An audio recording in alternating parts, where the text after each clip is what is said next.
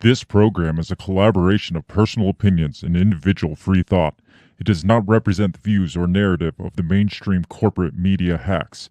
Viewer discretion is advised. And here we go.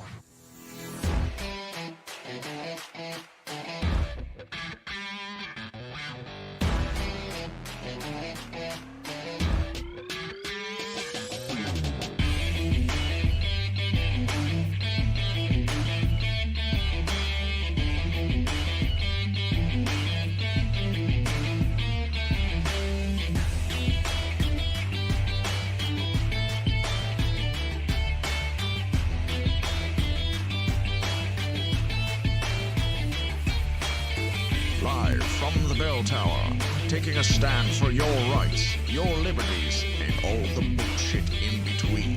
You're listening to Ring the Bell Podcast. Welcome, ladies and gentlemen. Welcome back to this thing that we call the Break the Bell Podcast. Hello, beautiful bell breakers. We are here after A week 4th off? of July. Yeah, And we a took week the off. week off for the 4th of July. Do you feel more free today after celebrating the 4th of July? I feel a lot less Do you free, feel that actually. freedom? You feel the patriotism? No, All that fun stuff that we're supposed to feel? no. I feel the chains of oppression. Chains of oppression. That's just so dramatic. It's like I just feel so oppressed and Fucking chains taxes, and man. oh my God, taxes, billions of dollars in Yes, taxes. Yes. We did miss something last week. We're a week behind. Yes. We yes, missed the first debates. Yes. The we- first we- debates of the 2024 Yes. The season. election. The Yeah, season. yeah. Yes. the biggest event of Yes. the season. And very unprecedented stuff. Very, yes. I had to, you watched it live, you said. I did. Yes. I didn't. I watched it last night. I was like, I should probably watch this thing that everybody's talking about. The good news is, even though we're a week late, everybody's still talking about Yeah, it. So right. it's not like we're Nothing too else far has behind. changed. Like, yeah, nothing has changed. Nothing's happened. And the big question is, how bad was that debate? Yeah. Yeah. And from what I gathered, from what I witnessed, it was pretty fucking bad. Yeah. It's. It's going to go down in history. It as is, yeah. And I the bad actually, one. had told my wife, I was like, man, actually feel bad for That like, was right. Yeah. Like you feel like almost the elder abuse well, that's yeah. going on there. Well, no, not that part. The part that is people put them out there. That's what I'm saying. The Yeah, elder yeah, abuse. right, That's yes. just it. The fact It's that they're parading them around Yeah. out there is legitimately elder abuse, and it's like, Yeah. dude, this guy, he clearly needs just a nap and Yeah. some Put on pudding. Hogan's Heroes and Yeah, some pudding and a pair of slippers Yeah. and just and a knitted blanket, Yes. and Yes. I mean that's what this guy needs. And you Yes. guys are like, dude, after 23 days of flying around the world twice and back, we should put you on the biggest stage Yeah. in America right now. yeah. It's a lot like Weekend You'll at be Bernie's, fine. where they're just Well, walking around with this dead guy. We've talked about that. It's Yeah. been Weekend at Bernie's ever since he took Oh, office. it has, but it just seems worse and but worse. he's dead. Like I didn't when you thought the guy couldn't get Yeah. any more dead, Yeah.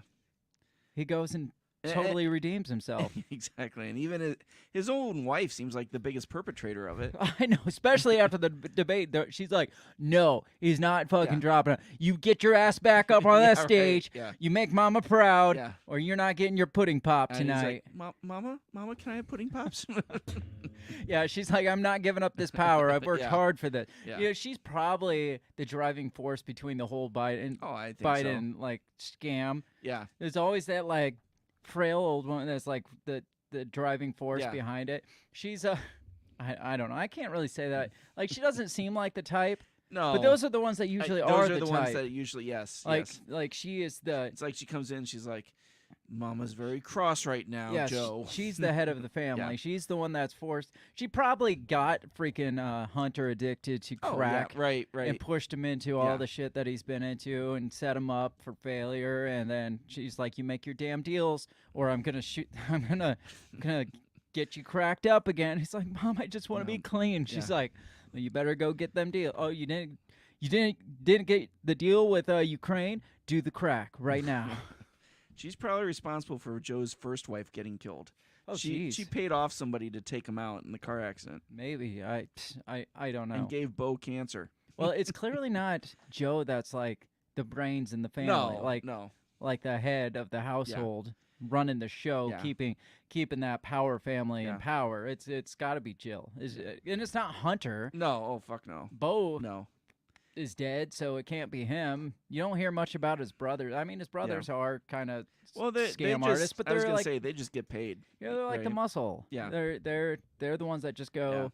And they're the runners. They're the muscle. They're like the networking guys. Yeah. And then it's just like, Joe is just his No, Jill is the fucking I mastermind. I could see Nancy going up and being like, Jill, I really need Joe to push this bill through. And then she'd be like, well, I'll see what I can do, right? And I'll take it to him. And then Jill has Nancy's husband attacked by a guy in his underwear with a hammer. Yeah, that was all Jill too. Yeah. Oh my gosh. I mean, this whole we're just breaking the story wide open. That the whole like we talked about the plan, and we're going to talk about the plan a lot tonight. Of the old switcheroo. Remember we talked about that? Yep. Joe doesn't have a fucking clue. Like even though he is completely oblivious to anything, they can't tell him, right? Hey, this is the plan. You're going to act retarded. Yeah. And you're going to step. No, they're just like, dude, he actually is. Yeah. And so the less we tell him, the better this plays out for us. But then Jill caught wind of it. She's like, oh, fuck no. Yeah. Fuck no. Big Mike's not going to come in here and replace my Joe. Yeah. It's not going to happen. Big Mike. We got a lot to talk about tonight, including Big Mike, obviously. Obviously, I think it's safe to say worst debate in U.S. history. Yeah. But what was your opinion of the Trump side of it? It's fucking terrible, but unsurprisingly. Well, I was impressed by the fact that he didn't go after Biden as much. Like you could tell like he wanted to say something. I was expecting more someone reserved. But he was just like. Yeah, he was a little more reserved than he could have been, but they're like, dude, just let him hang himself. Yeah, right. And he did, but we'll get into what I think about Trump's too, because Trump came out and was like, the best performance of any president debating. I was the master debater. Best performance in U.S. history. I loved when he was talking about the water. Cleanest water ever. Jeez, like, who measures that? I know, right? I don't know. We'll get into all that shit. We're going to watch a couple clips and kind of recap a little bit. Then we're going to talk about what everybody's been kind of saying, what everybody hasn't been allowed to say for the last, freaking 4 years. Right. And now all of a sudden the media is like, oh, shocking. Right. Joe Biden sucks at being the president and he shouldn't run. Oh, color me shocked. Yeah. So we're going to talk about all that stuff. Before we do, obviously we got to say, check us out on social media. Share us far and wide across the interwebs while democracy supposedly still exists. That's up for debate. That's the big debate here, whether or not democracy actually still exists. The fact that the majority of Democrats once again are like, this guy's got to go. And they're like, no, this is who you got, and he's here to stay. Yeah. That just kind of says a lot about our current democratic system. Ironic coming from the Democrat Party. Right. Yeah. So, I mean, it happened with Hillary and Bernie. It's happening with Joe and whoever contests him, whether it's Kamala, Big Mike, Bernie again. I mean, we could see a new resurgence of Bernie. Hillary, good God. You never know what might come in the next couple weeks. Yeah. Next few weeks is undecided, and it's entertaining and scary as hell all at the same time. So check us out all over social media. You can find us at our handle at Break the Bell Pod. Share us, like, subscribe, whatever the kids are saying. That do kids still say that stuff these days? Not so much. I don't think so. Not as much. Snap us. Something. I don't know. We don't do Snap. I don't have Snapchat, I don't either. so I don't know. We're going to get right into this intro video, and when we come back, we're going to talk about the whole debate debacle that took place last week. So please don't go anywhere. We'll be right back. What did you say? You talking to me?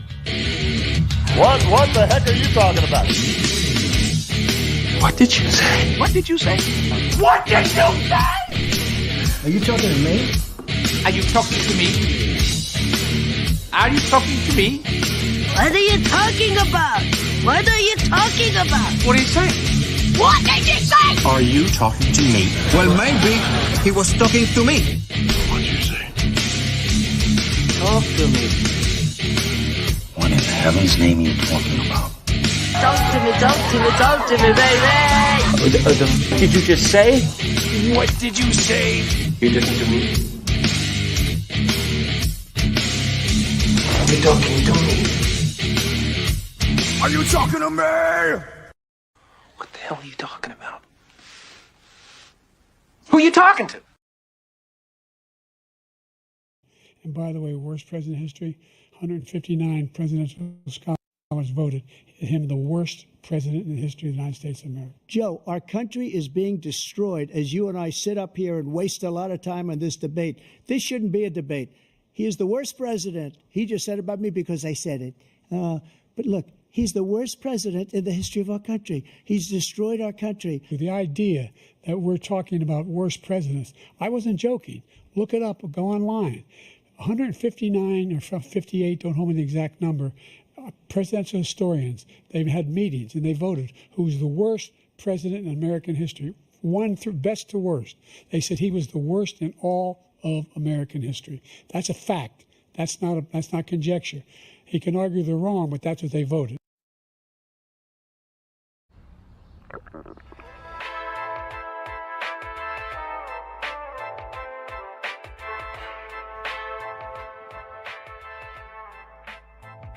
Well, you heard it there. Worst president in U.S. history. Just a recap of the debates in a nutshell. That debate in a nutshell. What was it? June 27th? Yes. June 27th. Recap in a nutshell. You're the worst president. No, you're the worst president. How many times did they say that and go back to it? And it's like, you want to talk about the worst president? I'm going back to when he called me the worst president in history. It's a fact. Look it up. It's a known fact. The polls don't lie. It's a fact. Yeah. First of all, you don't understand what polls are if you think that's a fact. I mean, it might be a fact that poll said that, but Jesus Christ, that was. Yeah. It was the most childish. It was. Unsurprisingly. Yeah. I mean, you have a man baby, Donald Trump, and then you have a guy with dementia. Right. Yeah. And you put him up on the and stage. you put him on a stage, and you ask him the tough questions. They asked the same damn questions. Oh, yeah. As last time.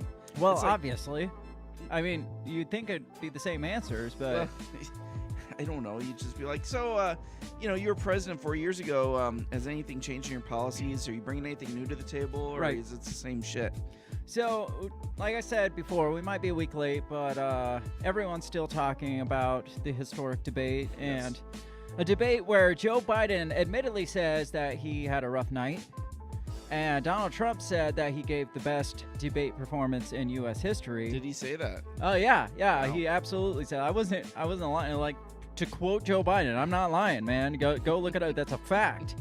He definitely said that. So, I mean, it's kind of scary, like what we went through. Like, this is the debate of who's going to be like the most powerful man in the world. Yeah. And there was so many childish back and forth. Yeah. Like, I don't know how Trump gets off saying that he gave the best performance in debate history when for the most part, he definitely dominated Joe Biden. Yes. Absolutely, without a doubt, dominated Joe Biden. Yeah, but the scary thing is how bad I feel he did and so badly dominated Joe Biden. Yeah. Well, and that's not a high bar. That's what I was going to say. The bar is so freaking low that's not saying much. That's not something to brag about. It's like, I beat the old dude with dementia on a debate stage, and it was amazing. So you want to recap this thing? Well, and just to let you know, I just looked it up, and I can tell you that Is it a Donald fact? Trump is not considered the worst president ever. Oh shit. James Buchanan is. Oh, okay. So What made him so bad? I don't know. I haven't read about it. Apparently, he came before Lincoln, and they considered him with the reason why the. I was gonna War. say. I mean, he So, kind of let the whole freaking country split in two. So I could see how possibly he'd be considered the worst. So let's get into this debate. Let's kind of recap it. This is from Al Jazeera. It's called The 6 Takeaways from the Biden-Trump Presidential Debate. They only got 6 out of it. Sure. Who won the debate? From Trump's overstatements to Biden's faltering speech, here are the highlights. And you heard, like, how concerning was it just Biden's, like, speaking abilities? Yeah. Like, I'd rather listen to RFK Jr. talk over that. Like, RFK Jr. sounds like he's got, like, the voice of a freaking commanding general over Joe Biden. Right, yes. On the 27th. Yes. So, I mean, that's saying a lot because I fucking hate RFK Jr.'s voice. Yeah. Like, I would... I like what he says. I just hate I like him some of what he saying says, but it's so bad. Yeah. So, this says, American voters watched the 2 main presidential contenders for the November 5th election brawl it out on Thursday night in the first public debate before the contest. Now, one thing I found interesting, and we haven't had a chance to talk about it yet, was the fact that there was no live audience this time. Right. Yes. Yeah. I thought that was bizarre. What was the reasoning behind that? What was the excuse they gave? Did they give an excuse? They didn't really say. They just said these are the terms of the debate. No live audience. Well, we want to be able to edit shit out later down the road. Yeah. And we don't want someone to say like that's not how they saw it. Right. And if Trump says obviously he's biased about it, so and if Biden shits his pants, then we can go to commercial real quick. Yeah. American voters watched the 2 main contenders for the November 5th election brawl it out Thursday night in the first public debate before the contest. Former U.S. President Donald Trump, 78, hurled hyperbole at President Joe Biden, 81, who seemed to lose his train of thought. I don't think he ever had his train of thought. I was gonna say he didn't have a train. It was I mean it was on the tracks. It was just a train wreck from the start. He came in as a train wreck. Yeah. Who seemed to lose his train of thought during the debate at the CNN headquarters in Atlanta. The 2 oldest presidential hopefuls in U.S. history clashed over immigration, abortion, and even golf. Here are 6 key takeaways from the first U.S. presidential debate. Biden put on a muted performance. The understatements I was going to say are extreme here. Yeah. I mean, they're giving this guy way too much credit. Oh, yeah. Biden, who already faces criticism over his age, was unable to match the energy of Trump, who's only 3 years his junior. The incumbent president resorted to raspy rambling and appeared to struggle with articulating his words. At one point, he referred to billionaires as trillionaires before going back and correcting himself. I'm fine with that. I was going to say, that's not a big... I am fine with that slip up. Who fucking cares? Right. I mean, he's probably reading numbers in the trillions when it comes to the deficit every fucking day, or the plan of how much money we want to send to Ukraine. He probably reads trillion a lot, so I'm not too concerned over that one. Grumpy Gnome's here. He says, "Hey y'all," and then says Biden was asleep most of the debate. Was Biden ever awake? I was going to say he probably doesn't even know it was real. Yeah, we'll get into that too. Biden made some robust criticisms of Trump's leadership during the COVID-19 and its impact on the economy, and mocked some of Trump's responses to COVID-19 safeguards at the same time. Just inject a little bleach into your arm and you'll be all right. Now, I heard him. I made out what he was saying. Yeah. But barely when he was saying that. Like, I'm just like, oh, did he just say bleach? Oh, I'm not sure, because it's like, oh, and just inject bleach in you, and you'll be all right, Jack. And it's just like everything he said, like even his quibs. Yeah. His like supposed quick-wittedness that they probably had little. If you don't know what to say, throw this jab at him. Yeah. Throw this jab at him. Or follow up with, that's a bunch of malarkey. I even heard him say HE double hockey sticks like 2 or 3 times. And I was just like, oh, shit. Yeah, shit's So, getting I real. mean, I've heard Trump Trump has really uncensored his speech in the last couple months. But him to come out and be like, what the hell? And like, you don't know what the hell you're talking about. He said it like 2 or 3 times. I'm like, wow, good Catholic boy Joe, politician That's from the shot Joe. they gave him. However, his tone fell flat against his more bombastic opponent. Very Shaggy oriented there. Wait, that's boombastic. Close enough. I knew where you were going. Close enough. Yeah. Especially during the early stages of the debate. Later on, Biden had somewhat picked up the pace to push back against Trump's slew of factually incorrect assertions about immigration and abortion. I didn't see any point where Biden, I felt like he was making a comeback. Like he was getting a little like agitated. Yes. It wasn't like he's just like going after him. I'm pulling out all the freaking stops. Going out. No, like he was hitting a personal button with Biden several times, and that's when you could feel him like kind of tense up. And it was more pathetically defensive than it was like, oh shit, he went for the jugular there. Was there any point or any point in the debate where like Biden had said something you were like, oh, that's actually a good point? I mean, there was a few, like, he was on the track and then he lost his track, and it's just like I feel like anything that maybe he said that would have been like damaging to Trump's debating was lost in his mumbling, was lost in his like kind of like not timidness, just like overall fragility, I guess. Yeah, right. And just his incoherence, like anything. And most of the stuff that he threw at Trump that was quibs or like freaking like one-liners and stuff was like clearly like shit from 2016 or 20 year was it? 2020 election. No, even the 2016, like the Charlottesville stuff. Like you threw out the Charlottesville stuff. I'm like, come on, man, that's been like overly debunked like so many times, and that is like a go-to still for the worst arguments when Democrats have zero, like nothing left to say. They're just like, well, what about when you said Nazis? There was good Nazis out there. You remember that? It's just like, dude, that never happened. Or the shit where supposedly Trump said that soldiers were losers or something like that. It's just like, come on, like you're pulling out the script from 2016, like the Hillary days. Yeah.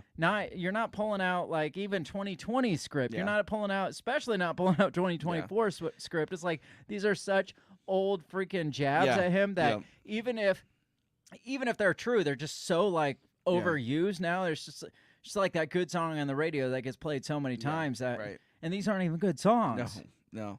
Yeah, and that was my thing. It's like, and I think I even said to you, like they could have taken like a clip from the 2020 election and posted in this one, and you wouldn't have even known. It says, however, Democrats raised alarm over Biden's performance, with some even starting to talk about replacing him. All of them talked about it. They're openly talking now. Yes. It's not that they're just starting to talk. They're finally openly one of talking. the CNN guys actually had said, like, I think Biden's people need to come out and apologize to the American people for lying to them for the last couple of years. Let's get back to that. Okay. I know that I know it was show. I know it's all part of their showmanship, but I just thought it was interesting. Because it's not just the fucking White House that has been lying. No, it's been the media too. They've been part of it. Yes. They've been lobbying the softball questions that like taking their list of questions given to them and okay, this is the ones we can ask. And then shutting down any freaking indication that there might be some problem. No, we'll get back to that because the media is playing this off like, oh my God, I never would have guessed that Biden was doing this badly. Yeah. So it's all part of the master plan. It says there are going to be discussions about whether Biden should continue, says David Axelrod, former senior advisor to President Barack Obama. Interesting how an Obama guy might say that. Wonder why an Obama guy might be saying that. Have we heard anything from Obama? Has he had Joe's back in the last week? He says that he thinks Joe needs to step down. After all this support he's been pushing for. All of a sudden, not surprisingly, he's like, he's like, Joe, we need to maybe reconsider other options here. Grumpy says Biden actually said that no troops died under my Biden. Yeah, he did say that. I missed that one. Oh one. yeah. He said yes. That's fucking great. Yeah. Wow. That got a lot of people pissed off. Well, Biden's VP Kamala Harris backed him after the debate, saying substance matters over style in this election. When she conceded, there was no substance though either. Yeah, and neither. There was no style, no substance. She even conceded. Even she conceded it was a slow start. A slow start that just continued to be slow. Yes. So here's the next key takeaway. The presidential hopefuls came to blows over golf. How childish was that? That was dumb. That was stupidest thing I've ever heard. That drove me insane. Like I was just like, is this actually? They're still talking about golf. Yeah. I know. I could see like a jab from one, a jab from no. It went on. It was like, yeah, a key part of the debate. Yeah. Like it was like one of the talking points. Was yeah. who's I better mean, it was golf. yeah. It went on for like 10 minutes. Biden and Trump went back and forth over which of them is physically and cognitively stronger. Trump boasted about his strength, claiming, "I'm in as good of shape as I was 25 or 30 years ago." He even said, then he went on to say, "I'm actually lighter." That's bullshit because I've seen him in interviews from like 30-some years ago, and he was much more slender. He's never been like a scrawny guy. Yeah. I mean, I don't know. Maybe I'm thinking in more like, because the 80s Oprah interview would have been like more like 40 years ago. Yeah. Because like Home Alone, he was pretty big. Well, he was wearing a big overcoat though. Yeah, too. he always wore a big It's hard to overcoat, say, but yeah. I thought it was funny Joe trying to like take a jab at his weight. He's like, "You say you're 6'3" and 215 pounds, one like 6'1", 200." And then he lost his train of thought. I know. It's like, dude, that would have been hilarious if you would have finished your thought. Right? In response, a snickering Biden implied his opponent was lying about both his height and weight. That's when he like derailed himself. Trump said he had won 2 championships on his golf course, while Biden can't hit the ball 50 yards. Like on your like, what was the championship? I don't know. The Trump Cup? I don't know. Was he? Yeah. Was it one of those where it's like, "This is my golf course. Nobody will play better than me. Yeah. If I'm on the golf course, you must play worse than me." And I could see that. This prompted Biden to challenge Trump to a golf match. I would pay money to get the clips of that. I wouldn't want to watch it, but I wouldn't mind getting the highlight reel. Only if Trump would carry his own golf bag. Oh, okay, sure. And then Trump goes on to say, "Let's not act like children." It's Too like, late. I'm not. Yeah, long past. Yeah. The point of acting like children, but the part that shut him up was only if you carry your own golf bag. He's like, "Let's not be ridiculous." Yeah, right. I don't do that. I've never carried my own golf bag. Oh God. Then Biden responded to, "Let's not act like children. You are a child." That's perfect. I feel like I've heard this argument between my children before. Yeah. Isn't that the equivalent of "I know you are, but what am I"? Pretty much, yeah. I'm not stupid. You're stupid. All these 6 takeaways. Jeez. Sorry.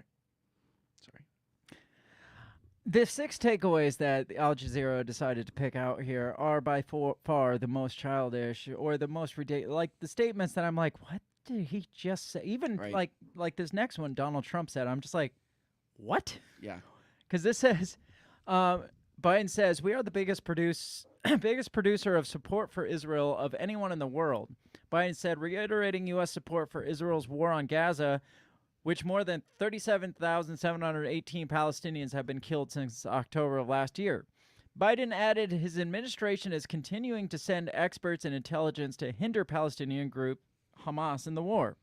Trump snapped back, saying it is Israel that wants to continue the war. Because Biden's like, the only reason this war is going on is the only people that want this war to continue is Hamas. It's the Hamas. Israel doesn't want this war to continue. Only Hamas wants this war, which I was just like, right, yeah. I don't think that's true. But Yeah. then Trump snaps back saying Israel's the one that continued the war, and you should let them go and let them finish the job. That's another yeah, reason I hate right. Trump, because he's like, yeah, just let him obliterate him. Yeah. Biden doesn't want to do it. He's become like a Palestinian, but they don't like him because he's a very bad Palestinian. He's a weak one. What does that mean? I don't know. Like, how is Biden like a bad Palestinian? Yeah. That sounds like the start of a really bad joke. Yeah. Now, I Hey, did, how is I Biden did think like- it was interesting how Trump came out and talked about how he gave them the billions of dollars, opened it up to Iran that they could use against. Right, right. Yeah. And so, and we've talked about that before, too. Yeah. How it's just like, hey, we just give them their money but back. It'll be unfortunately, fine. Biden just kind of denied it. The debate people didn't follow That's up not on true, it. Jack. Yeah, exactly. And the debate people didn't follow up on it, and it just got left in limbo. Yeah, that would So- just that could have been a major talking Oh, point. yeah, absolutely. But I do want to know how Biden is like a bad Palestinian. I would like the end of that joke. Well, he's got no beard. What is the comparison between Biden and a bad I don't Palestinian? know. I don't know It's either. Trump, so in Trump's mind, he probably thought that was very He's clever. like, man, that was a good one. That was a zinger. great. You're a bad Palestinian, very bad Palestinian. In nearly 9 months of the war that left Gaza rife with power outages, food insecurity, the United States has provided military and diplomatic assistance to Israel and has repeatedly blocked ceasefire resolutions. A U.S.-sponsored resolution endorsing a ceasefire proposal eventually only passed at the United Nations Security Council some 8 months into the war. Here's the next one. Biden accuses Trump of lying about abortion. Man, this is one that Trump got under his skin. He did. But I thought Trump gave a very good answer about it. Yeah. Yeah, and he gave a very political answer on it. Well, he did, but he was like, hey, personally, I think, that abortion's bad, but now it's up to the states. Yeah. Right? So let the states figure it Now, out. the one thing that I really would like to know, this is probably the one thing one time I would call for fact checkers to come out, because I fucking hate fact checkers. Right. Both sides, they'd say a fact. Oh, yeah. And say that's as a fact. fact. Yeah, right. Like Trump, when he's like, all the states, all the governors, everybody, every law freaking professional agrees that this should be up to the states. Based on what? Like, Right. I mean, you got something to back that up? Right. Like, yeah. they should make them cite right. their yeah. statements. Yes. Be like, can you cite that for us, sir? Yeah, I mean, in the court of law, you have to, in freaking high school literature, you have to cite it when you make statements like that. It's just like, can we have some? And you can't use Wikipedia. Yeah. Can we have your source? I would agree with that. I think that would be an excellent idea. They should have to get up after the debate and post on their website their citations of all the statements they made. And if it's not, if they don't have a citation for it, you got to go back and be like, this is not admissible in this court, this court of public perception or whatever. This is wrong. This is wrong. Whatever. I mean, to an extent, obviously people are going to inflate their numbers and shit like that. But when it comes to Trump being like, every law expert said that Roe v. Wade should have been left up to the states. And then Biden comes out and says, actually, every law expert has agreed with Roe v. Wade. So I'm just like, well, he said that. Right. And he said that. And the diehard Trumpers are going to be like, it's a fact. Right. He said all the law experts and all the Bidens are like, it's a fact. He said all the law experts said that. And it's like nobody's actually going to do their own research and see who's, because God forbid they might find out their candidate was lying about something. Right. And probably lots of things if they actually, I don't know, pull up their phone and Google it for themselves. Yeah. No, they're going to just take it for exactly. as gospel because because Trump said it, it's true, or because Biden said it, then Trump's a liar, Says during the debate, Trump claims that Biden and Democrats would be willing to, as we say, rip the baby out of the womb in the 9th month.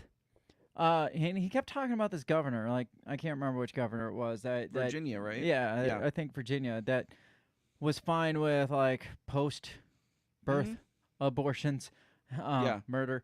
and it made some statement that's like, we'll just deal with the baby later or something. And Trump said that like 3 or 4 times. And I don't know. And I don't know if that's true of the Virginia. I know in Illinois that's a fact. Okay. So.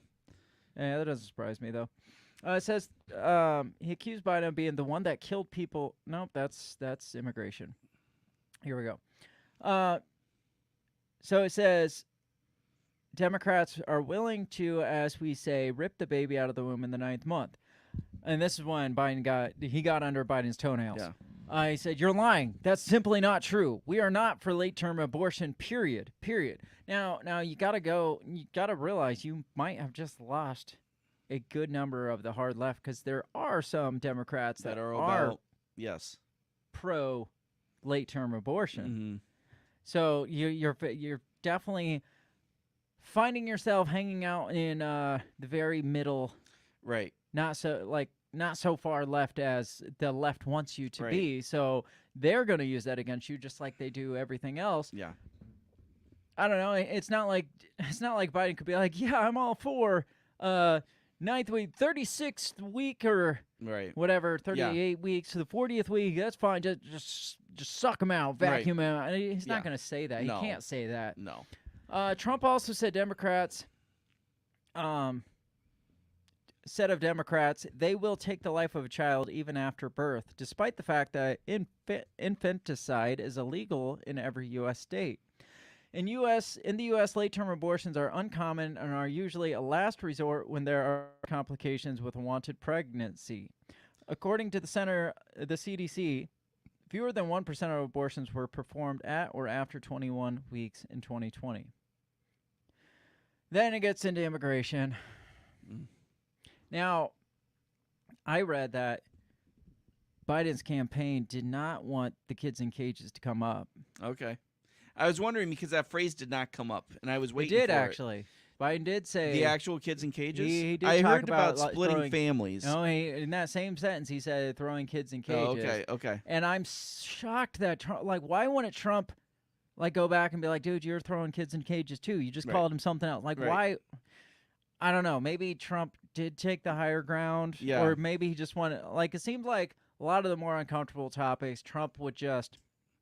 veer off into whatever Trump wants to talk about, and then throw Joe into an argument about what he's wanting to talk about instead of staying on the topic that Trump's uncomfortable with.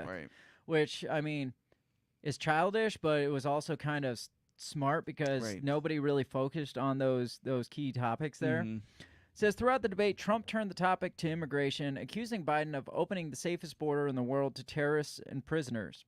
He accused Biden of being the one that killed people with a bad border and flooding hundreds of thousands of people dying, and also killing our citizens when they come in.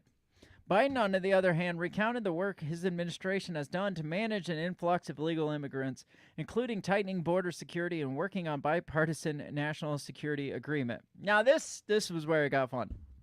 Biden says, by the way, the Border Patrol have endorsed my position.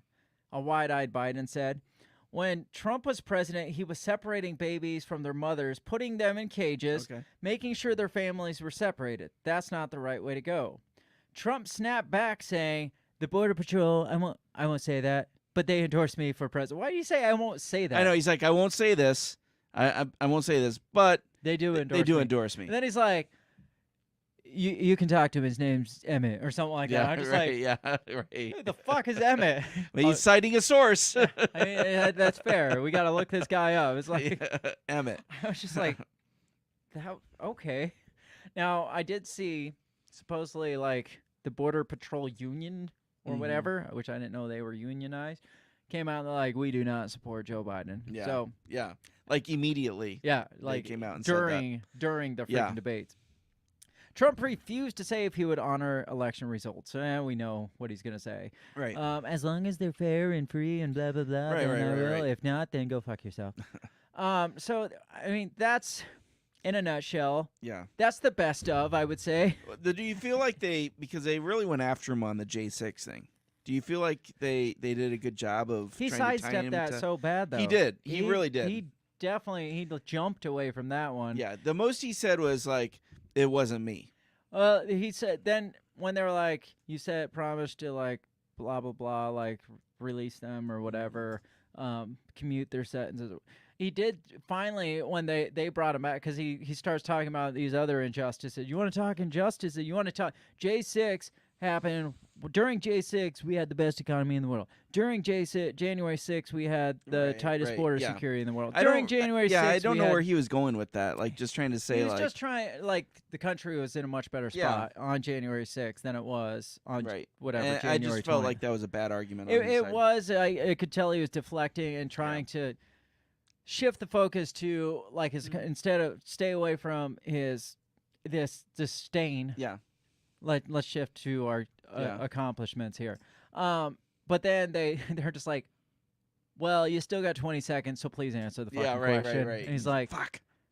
Are you going to commute? And then he did come out and he was just like, well, there are some people that are injusticely being in prison, like super long sentences and stuff, and I do want justice for those people. He didn't come out and say, I'm going to commute them all. It was just like the ones that injustice has been done on the unfair prosecution or whatever, I'm going to do something about. And then he just kind of dropped it. So he was like, phew, I got out of that one. So I don't know. To say, like I said before, to say that Trump was the clear winner of this debate is probably the saddest statement. I was gonna say up against anybody else that you probably could not have said that. Let's watch a couple more best ofs here because we can't do it justice by reading it. So we gotta you gotta see it to believe how poorly this went. The question was, will you accept the results of the election, regardless of who wins? Yes or no, please. If it's a fair and legal and good election, absolutely. I doubt whether you'll accept it because you're such a whiner. I will absolutely. There's nothing I'd rather do. The thing we never got the credit for, and we should have, is getting us out of that COVID mess. He created mandates that was a disaster for our country. The pandemic was so badly handled. Many people were dying. All he said was, it's not that serious. Just inject a little bleach into your arm. You'll be all right. During my 4 years, I had the best environmental numbers ever. And my top environmental people gave me that statistic just before I walked on the stage, actually. Like, oh, by the way, just in case it comes up, we ran the numbers 4 years later. Best numbers Never told ever. you this yet. Best numbers. Best environment. Cleanest water. Cleanest water ever. Cleanest air ever. Ever. Just so you know. He is claiming to have done something that had the cleanest water. The cleanest water? He hasn't done a damn thing for the environment. At that moment, that statement there, I can connect with. Yes. Like, that's exactly how I felt. Yeah, I know. That was my that cleanest confused, water. like, cleanest water? What the hell does that mean? One moment in this whole debate that I'm just like, I feel you, Joe. I feel you. 159 or 58, don't hold me the exact number, presidential historians, they've had meetings and they voted who's the worst president in American history. It sounds so made up. From best to worst. I know. They said he was the worst in all of American history. This shouldn't be a debate. He is the worst president. He just said about me because I said it. How many billions of dollars do you owe in civil penalties for molesting a woman in public, for doing a whole range of things? He's like nodding, sex with a porn star. Yeah, I did that. What are you talking about? He's like, yeah, I did that. You have the morals of an alley cat. This is the guy who says Hitler's done some good things. Let's turn to concerns that voters have about each of you. This guy's 3 years younger and a lot less competent. I just won 2 club championships, not even senior, 2 regular club championships. To do that, you have to be quite smart and you have to be able to hit the ball a long way. And I do it. He doesn't do it. He can't hit a ball 50 yards. President Biden? You can see he is 6'5" and only 223 pounds, or 235 pounds. Well, you said 6'4", 200.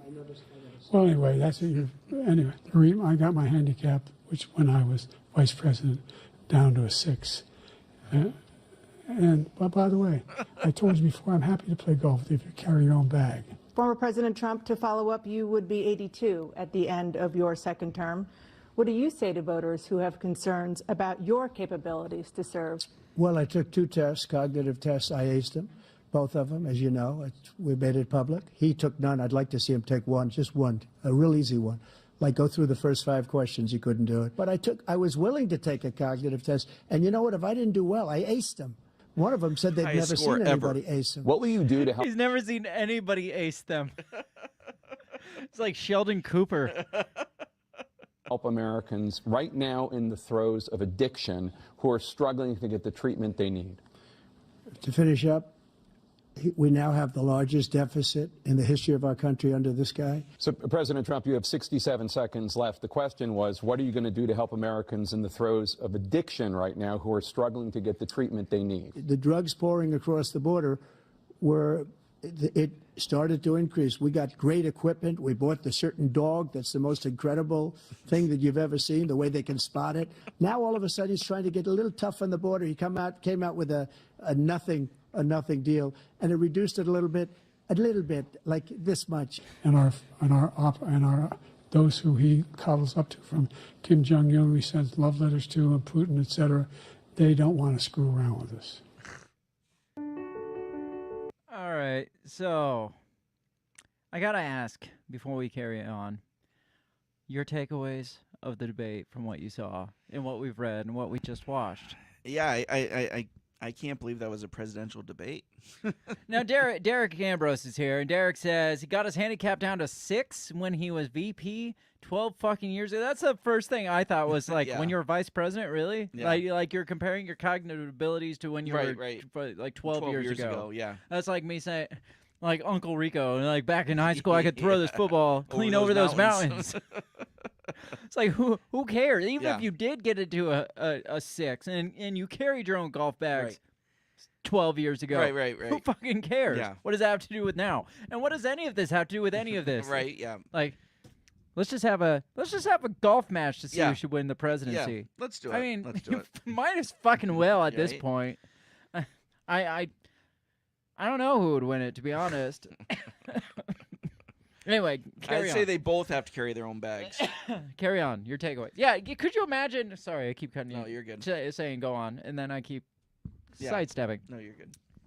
Joe says you got to carry your own bags. Joe, the guy that can't fucking walk across the stage without somebody holding his hand. Yeah. Joe, the guy that can't pick his own goddamn feet up, let alone pick up a golf bag. Yeah. You showed me the clip after the debate of Joe coming up and getting Joe slowly going down the stairs. Yeah, Trump like walks off. He's like fist bump in the air, and Joe just stands there, waits for his wife. She's like, "Come on, we got to go rule the world." Yeah. No, this was this was pathetic. Like I said, I can't believe it. You know, when for president, you want people that not only intelligent but also just carry each other or carry themselves very well, authoritative. You know, command respect. Right. And you got these two guys here going back and forth like kids. Yeah, I don't feel like he might have had a more commanding presence, barely, but not commanding respect by any stretch. Yes. Like more confident, I guess. Right. Yeah, more confident, but not more competent. Yeah. I mean, it was just so freaking childish and pathetic, the things that they bickered about. Yeah. And, like, it was like every time a new question was answered, it's like the first minute and a half was spent bickering about the last response the last guy gave. And then, like I said, if they'd have a little bit of time left, like half the time they wouldn't even get to the original question. It was only if they had like, oh, you got 28 seconds left. Can you answer the fucking question, please? But also, I blame the moderators because I thought the questions were shit. Oh, yeah. Not once were they like, so the border's kind of a mess. What would you do to make it better? Yeah. Right? The economy sucks. What's your ideas to kind of help the American people get through this? Yeah, and I don't know. I feel like they did better because they were muting mics. Yeah, right. And only allowing, like, you remember, and they had to stand behind a podium. You remember when they were, like, allowed to, like, oh my gosh, Hillary and Trump were allowed to kind of free flow, to, like, kind of doing, like, improv comedy or open mic or whatever, and they're both just, like, bickering over each other, just out there walking around each other, sizing each other up with their shoulder pads and shit, and their pantsuits. Yeah. I mean, they kind of brought that back, like with the mic muting and stuff, but they would move on. I feel like it didn't do any service to just let them finish making their bicker and just move on. Okay, we ran out of time for that question. Yeah. I'd mute their mic and be like, no, you're not answering the fucking question. You are muted until you answer my question. I want to know what you're going to do about the goddamn economy, not what you're going to do on the golf course tomorrow. Yeah. So when he's like, actually, to get back to the point of mute, I'd have muted him on the spot and be like, answer the question. You going to answer the question, or you're not going to say a goddamn thing? Yeah. Joe, you want to answer the question? Actually, I want to get back to mute. Right. We're just going to sit here and be quiet until you guys want to answer our freaking question. Yeah. I mean, nothing got said. No. Literally nothing got said. And again, there was no follow-up on anything. You know, No. the moderators had the numbers there. They could be like, actually immigration has gone up considerably since illegal immigration has gone up considerably since you took office, Mr. Biden. What would you, what are some new ideas? Right, exactly. Instead of holding them to the fire instead of, letting them talk about stupid shit. Now, I did see that Joe did try, whether it was his agitation, his defensiveness, I feel like he tried to get Angry Joe back. Remember Angry Joe? What did they call him? Oh, gosh. I can't remember what they call him. Remember when there was like the red background and shit? Yes. What did they call Angry Joe? I'm going to look it up. Because he had like a name for himself or his camp or his Dark Joe or red background. Let's see. I don't remember. Does anybody else know? Does anybody else know what his name was? I don't know. It doesn't matter. But they tried to get back to Angry Joe pounding his fists and But again, it came off as just like pathetically Dark Biden. There you go. Dark Biden. Dark Biden. I thought well, like. Maybe it was just it wasn't the red and black background. Maybe that was That's what they needed. It was to project that onto him so he could feel that darkness. But again, the anger came off as like pathetically defensive. It was like the one time was when he said it was like he was trying. It was so acted because Joe's the one that brought up about Trump calling soldiers pathetic and losers. And he's like, and my son was a war hero, and my son was not a pathetic loser. And he tried to get it was just like, you just got defensive over your own statement. Like, Trump didn't bring that up here because later Trump's the one, he's like, I'm glad he brought that up. Then I didn't have to. I didn't say that. That's factually incorrect. It's been debunked. Yeah. And he's like, I was in front of a 5-star general. Why would I fucking say that? But he like Angry Joe started coming out, but it was almost like he was just working himself up into a frenzy. That's basically what it was. Yeah. So we gotta move. We gotta move forward because we gotta move past it, like post debate. Yes. Okay. Because suddenly everybody is saying what hasn't been allowed to be said for the last 4 years. Right. What the fuck? Yeah. Like literally, that's what they're saying. Yeah. This next article is from Politico. It's titled WTF, Panic Dems Start Looking for Alternatives to Biden. Like just out of nowhere, they're like, we didn't know he was like this. Like they how lied to us. Grumpy Gnome says he come off as Darth Biden. Like all of a sudden, all the Democrats that have probably been around him for the last 4 years are like, this is worse. This is so bad. How could we possibly have known that he was this? Because we've been fucking saying it for 4 years. Yeah. Plus, it's just like, this guy is not competent. And then all of a sudden you're just like, oh my gosh, I'm shocked. He's not competent. Yeah. He shouldn't run again. It's like, no shit. How dare they hide this from us? Right. I mean, they hid it from us in 2020, but they had COVID to lock him in the basement the whole time while Obama campaigned for him. And now they don't have that excuse. And they're like, we got to get him up on a debate stage this time. This is our chance. Yeah. So this is from Politico. Like I said, it says Democrats are so panicked over President Joe Biden's faltering debate performance, some are actively discussing what was once unspeakable, replacing him on the ticket. Never would have seen this coming. We haven't been predicting this for the last 4 fucking years. 3 strategists close to 3 potential Democratic presidential candidates said they had been bombarded with text messages throughout the debate. One advisor said they received pleas for their candidate to step forward as an alternative to Biden. Another advisor said they had taken no less than half a dozen key donor texting disaster and the party needs to do something, but acknowledged that not much is possible unless Biden steps aside. So key donors are texting these advisors and being like, what the fuck? Yeah, like, right. This Yeah. is bad. He's going to step down, right? Like during the debates, they're texting like, what's happening right now? Like seriously, you said this guy was strong. What's happening? They were among more than a dozen Democrats who spoke with Politico, most of whom were granted anonymity to speak freely. One major Democratic donor and Biden supporter said it was time for the president to end his campaign. This person described Biden's night as the worst performance in history and said Biden was so bad that no one will pay attention to Trump's lies. I mean, that's true as well. Yeah. Now, fortunately, not surprisingly, both of them were telling lies all freaking night long. Right. So But that's not the that's not the party question line, right now. Yeah. right? Biden needs to drop out. No question about it, the donor said in a text, proposing an alternate ticket led by the governors of Maryland and Michigan. Oh, Yeah, God. because the governor of Michigan wants to be the president. Can you imagine No. Gretchen Whitmer. Gretchen Whitmer as? Yeah. I mean, how many FBI murder plots will come out of Yeah, that? right. Yeah. It says at least 2 prominent potential 2028 contenders. Illinois Governor J.B. Pritzker, you know, the fat mobster, Yes. Yeah.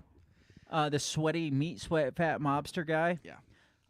And California Governor Gavin COVID lockdown Newsom, said they stood by Biden even after his performance. Of course, the people that want it the most aren't going to be the ones that are like, dude, you got to step down. Right, so I right. can. Yeah, No, they're they're going to be gonna like, shock. got your back, man. I got your back. And then when he ultimately drops out, they're like, I never saw that Yeah, coming. right. Yeah. I'm going to have to pick up Yeah. the Out of torch respect for you. for Joe, I got to do this. I don't Yes. want to. Yes. I love you, man, but I got to. Newsom, when pressed on MSNBC if Biden should step down, said that talk is unhelpful and unnecessary. You don't turn your back because of one performance, Newsom said. What kind of party does that? It hasn't been one performance. It's been one long 4-year performance. Biden struggled throughout much of the debate. The first 2024 general election matchup between the president and former President Donald Trump. The 81-year-old president has long faced questions about his fitness for office, and the debate, the earliest general election matchup of its kind in modern political history, had been a gambit by the Biden campaign to reset the narrative around the race. I mean, they did reset the narrative. Yeah. They completely reset the narrative. Absolutely. Like read the media. Just Google the word Biden. The narrative has been completely reset in the media. They're like, they go from, this guy is completely competent. Y'all are a bunch of freaking agists and blah, blah, blah. And you're just a bunch of fake news and lies to this guy can't fucking do it. Right. Yeah. So their idea of resetting the narrative that was accomplished. Yeah. No labels, and Dean Phillips won this debate. What? No labels, and Dean Phillips won this debate, said a former senior Biden White House official, referring to the outsider efforts to push a different candidate, not named Trump or Biden, into the race. Okay. The pleas from within the party, while unlikely to actually result in a change atop the ticket, reflect a major turn in the campaign. Incumbent presidents have traditionally underperformed during the first debates, inundated by the demands of the job and often unable to dedicate serious time to preparation. We're going to talk about a serious time he dedicated to preparation, just so you know. And it wasn't a poor performance. It was the guy wasn't there. I mean, he couldn't tie his shoes. Right. He couldn't bend down to get to his shoes to tie them. Right. It says one advisor to major Democratic Party donors said they were texting from a meeting of donors in Atlanta Thursday night, some writing WTF. Our only hope is that he bows out. We have So 3 hopes here, 3 solutions. Our only hope is he bows out, we have a brokered convention, or he dies, the donor said. Oh, my. Otherwise, we're fucking dead. So, and then it goes on to say, nonetheless, the likelihood of a brokered convention or Biden stepping aside are unlikely. They haven't ruled out the fact of the possibility of him dying death. in there. It says a reality that even those who privately complain about Biden's performance acknowledge. Only one guy can decide, and that's him. The Biden campaign pushed back on the critique of the president with an advisor calling him the only person who has ever beaten Trump. He will do it again. Donald Trump did not give voters any reason to vote for him tonight. And that's true. Yes. On the issues, the American people are with Joe Biden. Well, that's not true. Donald Trump didn't give him, So he didn't give any reason, but did Joe give him any reasons to vote for him? No. Besides not being Trump. Not being Trump? Asked if Biden were dropping out, one campaign aide said, of course not. The aide said the hour just after the debate, from 11 to midnight, was the campaign's strongest hour of grassroots fundraising since it launched? Yeah. Are you kidding me? Yeah. The hour after the debate, they're like, oh, dude, we gotta throw more money at this. I mean, that's how they think they're going to fix Ukraine, so might as well. They're like, throw more money at this freaking endless, pointless. Democrat people that I know that are like older, not younger. Younger ones are like, we got to get rid of this dude. But older ones are like, yeah, but he's a good person. Is he though? That's what they say. Based on what? He's a good person, and that means that he'll make better decisions than the evil guy he's running against, right? And that's what you're going with. That's what they're going with. Yes.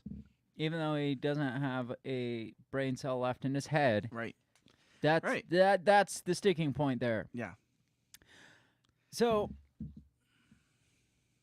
a lot of people saying he needs to drop out. Yeah. A lot of key Democrats saying that he needs to drop out and step aside. But not the ones that matter, though.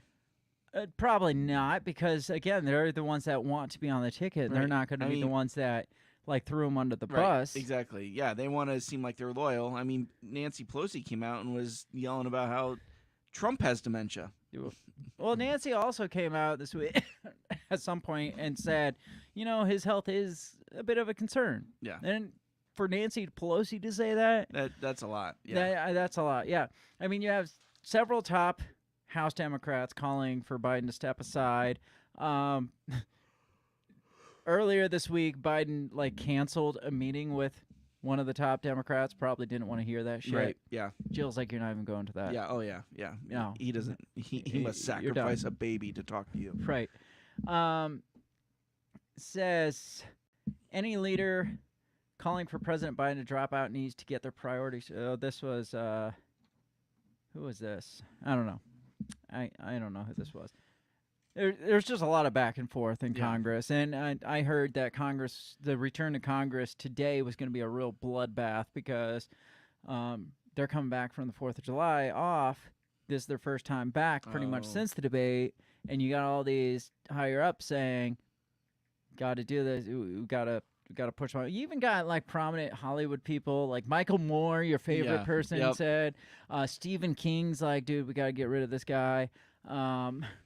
I don't know. It's the headlines yesterday were prominently Biden needs to step down. The headlines today are prominently Biden's not going anywhere. Yeah.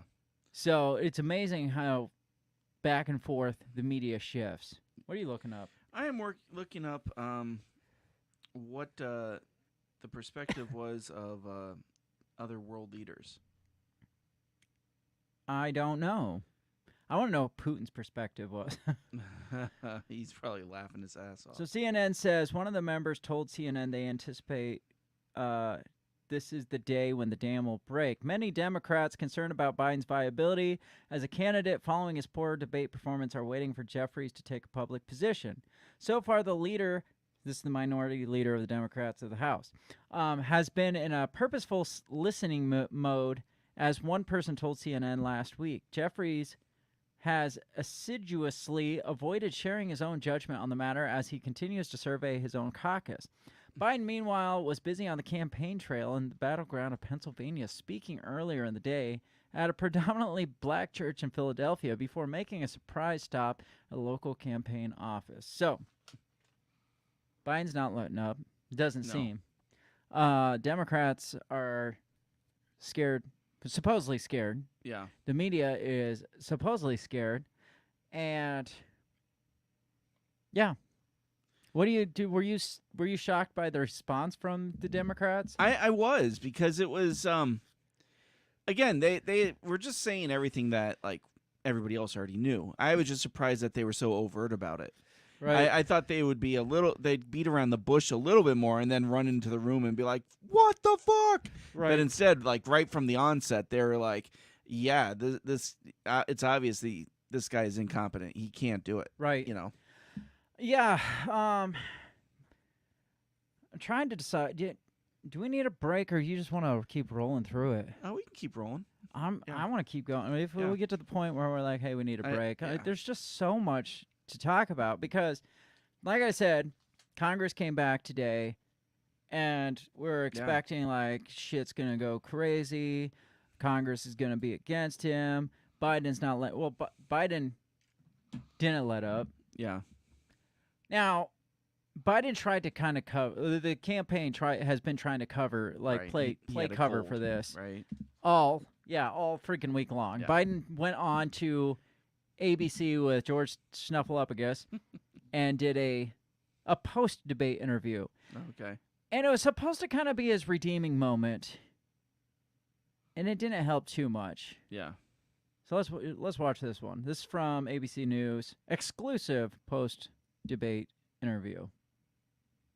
Let's start with the debate. You and your team have said you had a bad night, but your friend Nancy Pelosi actually. What's with his like his smile? Like Yeah. he has this like they're like just smile and act confident.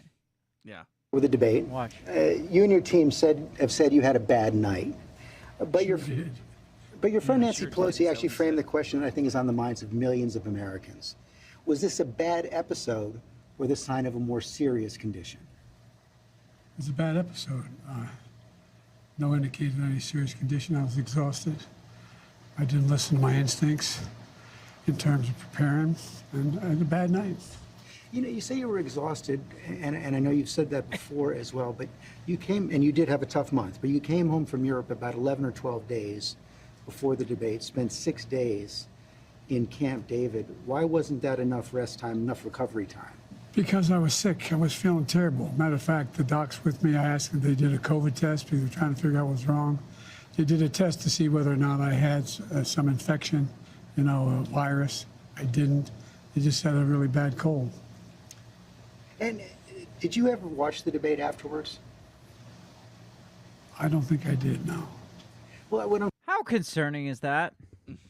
That's very scary. That came out how many days ago?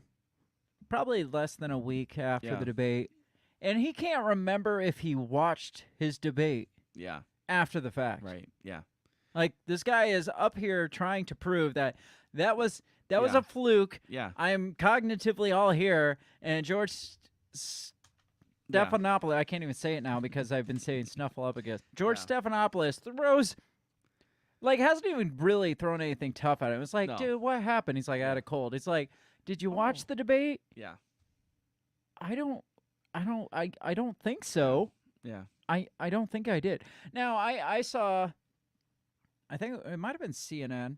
It was left-wing media that was critiquing this interview, and they're like, that's concerning. Right. They're like, Obama, even Barack Obama got up his very first public debate. Yeah.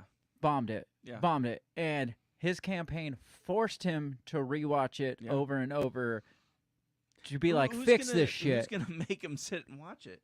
They can't even keep him awake through it. Right. How does this guy not know whether or not he watched his own debate less than a week ago, though? Yeah. Like, that's scary to me. It's like, do you recall being on the stage even? And it's, I think I was on the stage. Yeah. Derek says, not a virus, but a very bad cold. The cold is caused by a virus. I was going to say that. I was going to point out the obvious, but I knew that was pretty obvious. Yeah. Derek also says he looks nothing like Mr. Snuffleupagus. It goes on. Oh, what happened? So, apparently, meet your next. No. Apparently, Russia's spokesperson for Putin says that He did not want to stay awake for it because it was boring, and he likes Russia's chances no matter which one of them. Yeah, wins the because election. they both fucking suck. Yeah, yeah. Both of them are going to just do his job for him and decimate the United States, so it's fine. No indication of any. Let me get back to where we were. You know, you say you were exhausted and Where were we? days before the debate, spent 6 days in Camp David. They did a COVID test because they were trying to figure us. I didn't. They just had a really bad cold. And did you ever watch the debate afterwards? I don't think I did, no. Well, what I want to get at is, what were you experiencing as you were confused. going through the debate? Did you know how badly it was going? Yeah, look. The whole way I prepared, nobody's fault, mine. Nobody's fault but mine. I prepared what I usually would do, sitting down, as I did come back with foreign leaders or the National Security Council, for explicit detail. And I realized about partway through that, you know, I get quoted, the New York Times had me down at 10 points before the debate, 9 now, or whatever the hell it is. The fact of the matter is that what I looked at is that he also lied 28 times. I mean, the way the debate ran, not my fault, nobody else's fault. No one. Now, he just said, I came to this preparing for like statistics and like facts and stuff, and then Donald Trump came out and lied and threw me out. He's debated this guy before multiple this isn't times. The first time, yeah. And he's heard this guy debate even before that. This guy doesn't come out with facts and figures. He comes out with blowing himself up. Yeah. Like attacking you, like saying whatever's necessary to say. Yeah. It's not facts. It's just, and any number he uses, he inflates. Yeah, absolutely. It's just like why did your debate team prepare you in this manner? If this is how it's my fault, it's nobody else's fault that I actually came to debate like facts and stuff, even though he was just throwing out like, it's a fact, Jack. Worst president in history. It's a known. It's just like you weren't doing facts or statistics yourself. But if that was in fact true, you know how Donald Trump debates. Mm-hmm. You know that it's not like your typical debate with anybody, literally anybody else. Yeah. And your excuse is that you prepared too much. Right. You didn't prepare for Donald Trump to be debating you. Right. Like, you just have to watch one video or listen to Donald Trump talk once, and you know this isn't going to go like your typical debate. Yeah. But it seemed like you were having trouble from the first question in, even before he spoke. Well, I just had a bad night. Just had a bad night. That was it. Fair enough. I mean, that's the truest statement you could possibly make. Right. It was a bad night, Joe. Really bad night. Stop it. Eve Online on Mac. Ooh, Eve is still a thing. What is Eve? It was a video game back in the day. So you got Stephanopoulos.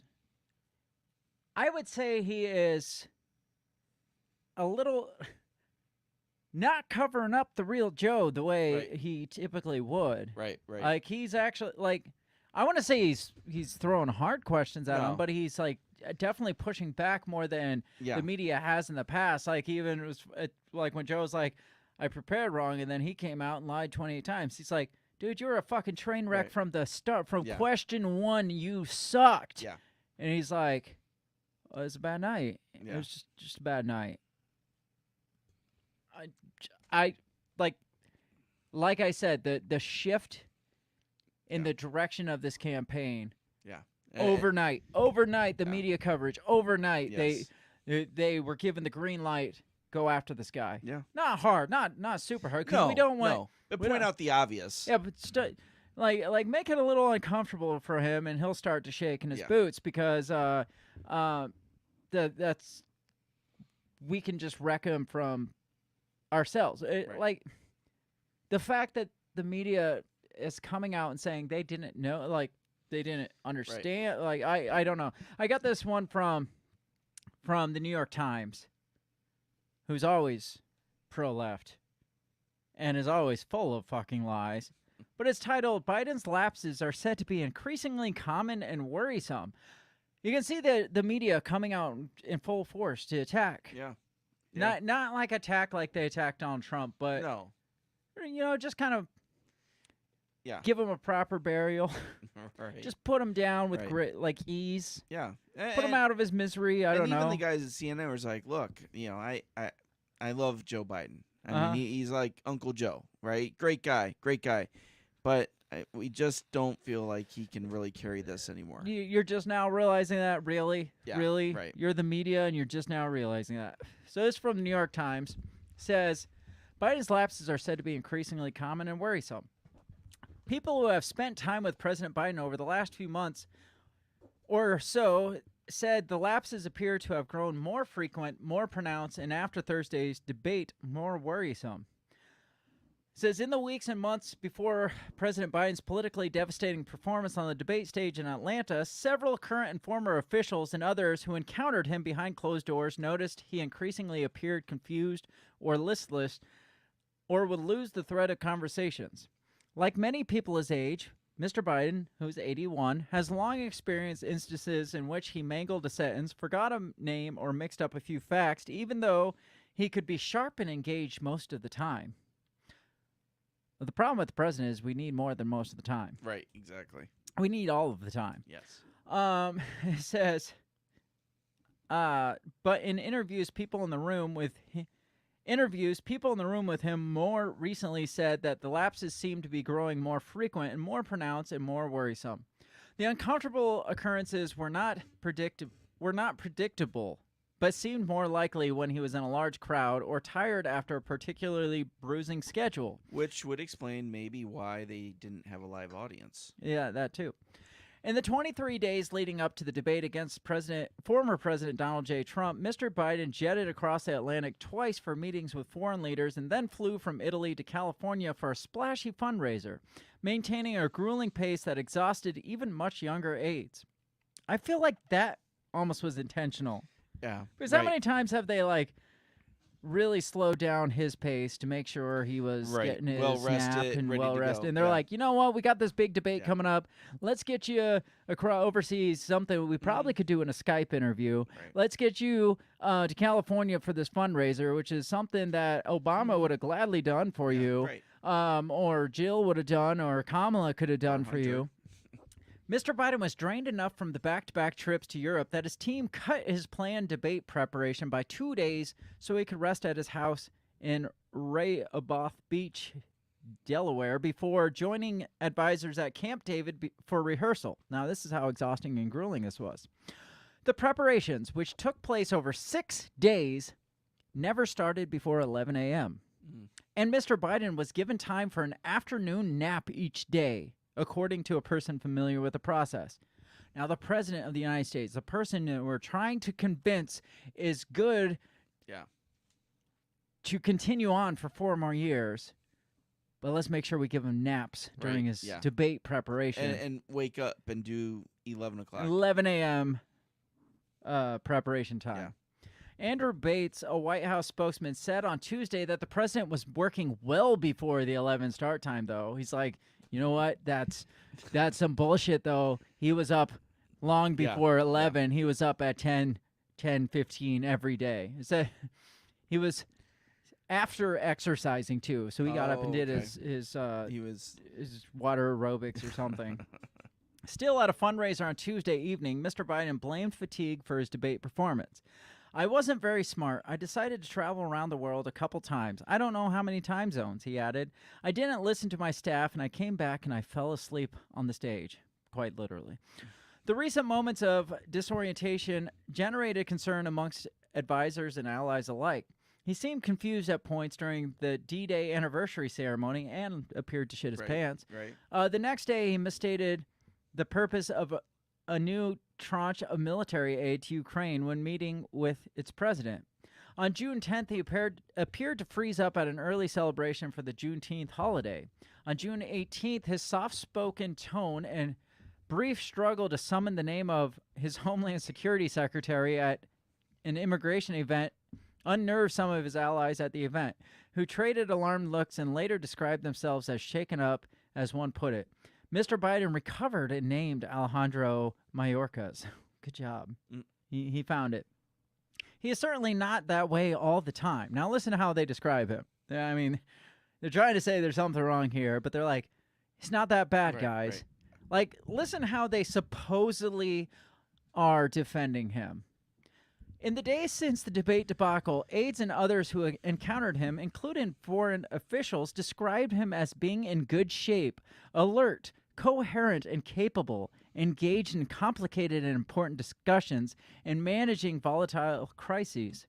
They cited example after example in cases where critical national security issues were on the line.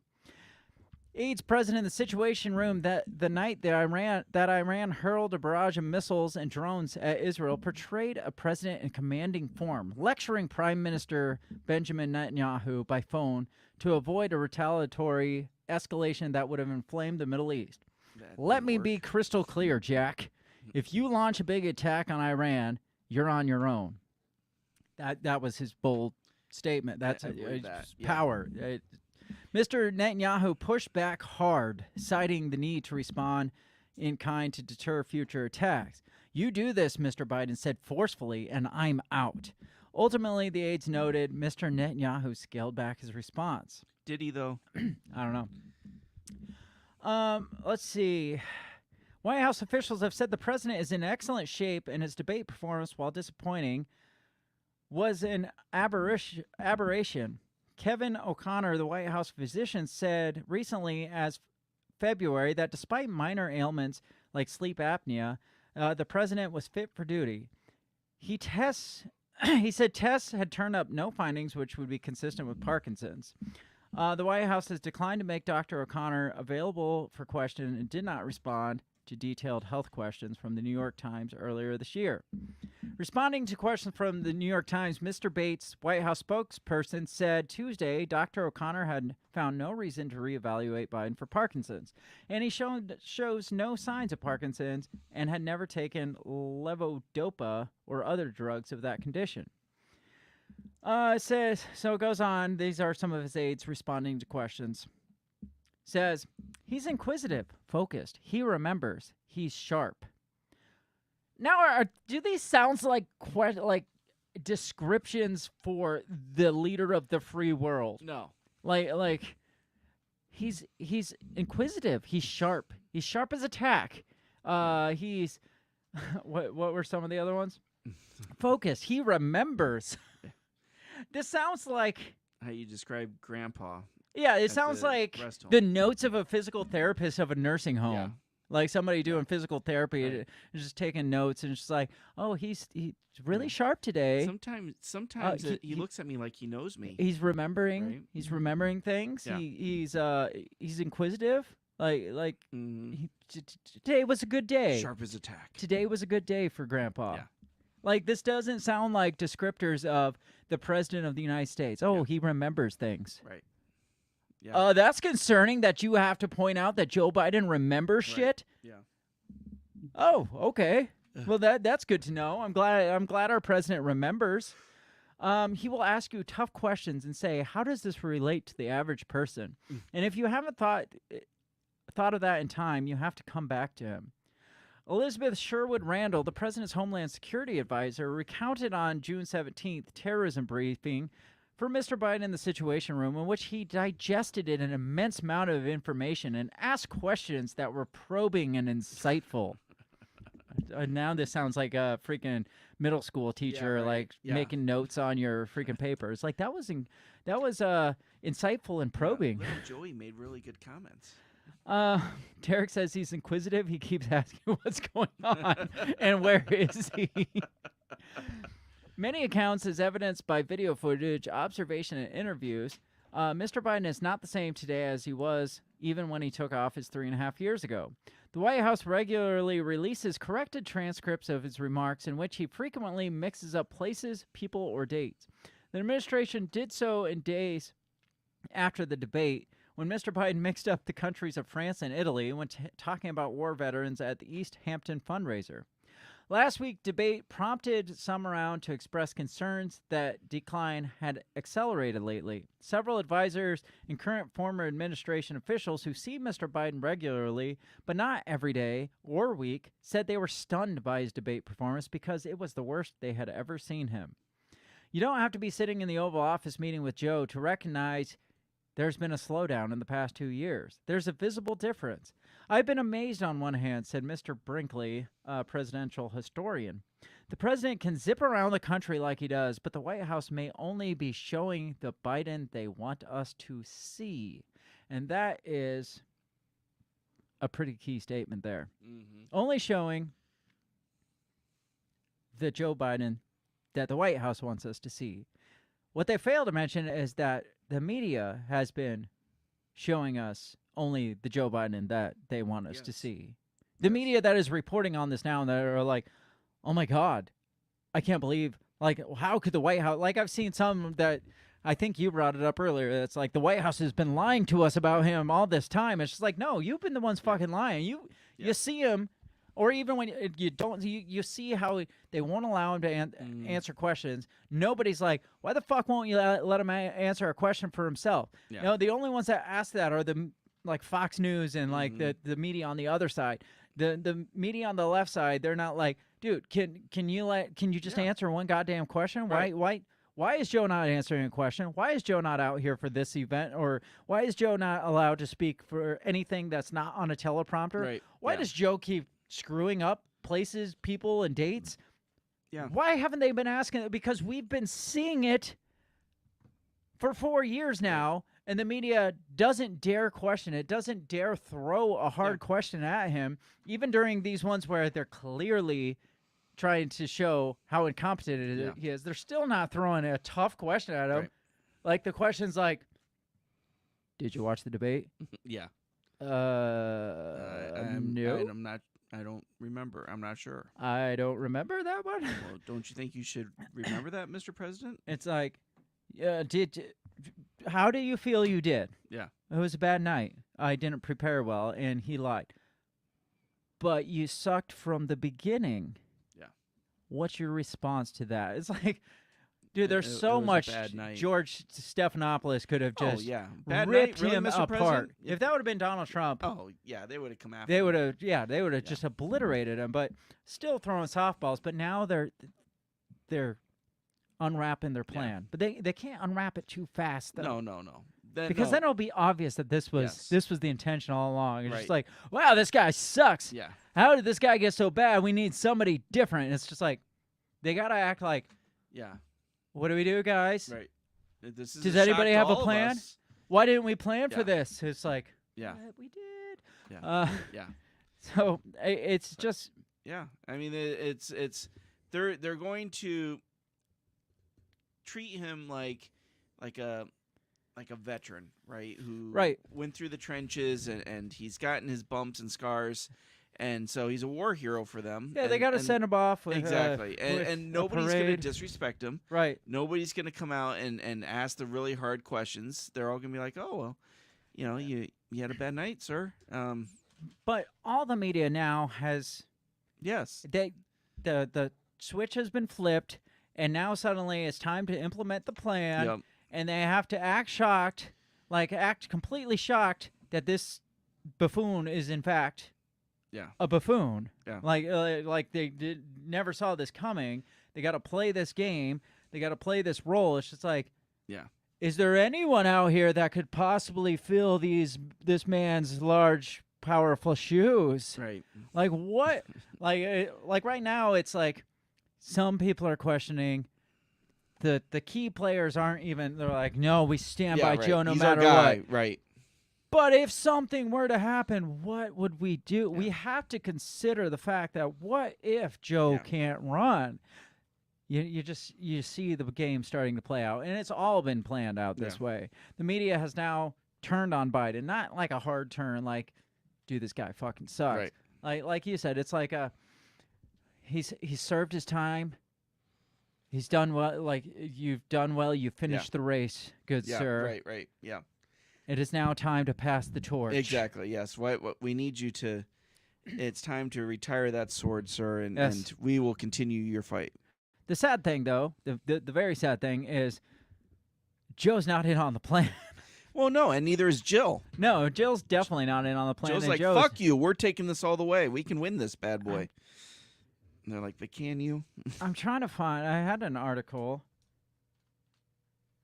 about him committing to stay in the race. Yeah. And I remember I had just seen an article, and they were talking about how that, the Democratic leadership has come to him, and Jill is the one that is pushing him through. Oh yeah, she is not giving up on this at all. Here, let me pull this one up. Hang on just a second, because like I said, everybody was expecting today to be the day, like kind of the day of reckoning, but it doesn't appear that Joe got the memo. But again, I feel like that's part of the plan too. It's like, let's do the switcheroo, but we're not going to tell Joe because he's not going to act more shocked than if he's actually shocked when this thing happens. Yeah. And we don't really have to worry about him sabotaging it because he can't think. The biggest person we got to worry about is Jill, obviously. Right. So this is from Zero Hedge. It says, Team Biden goes on Monday offensive, declaring he's firmly committed to staying in the race. And he supposedly released this long letter to Congress saying, hey, guys, I'm not going anywhere. Do you think he wrote the letter, though? No. With crayon, maybe? Says, much to the chagrin of panicked Democrats, President Joe Biden isn't going anywhere.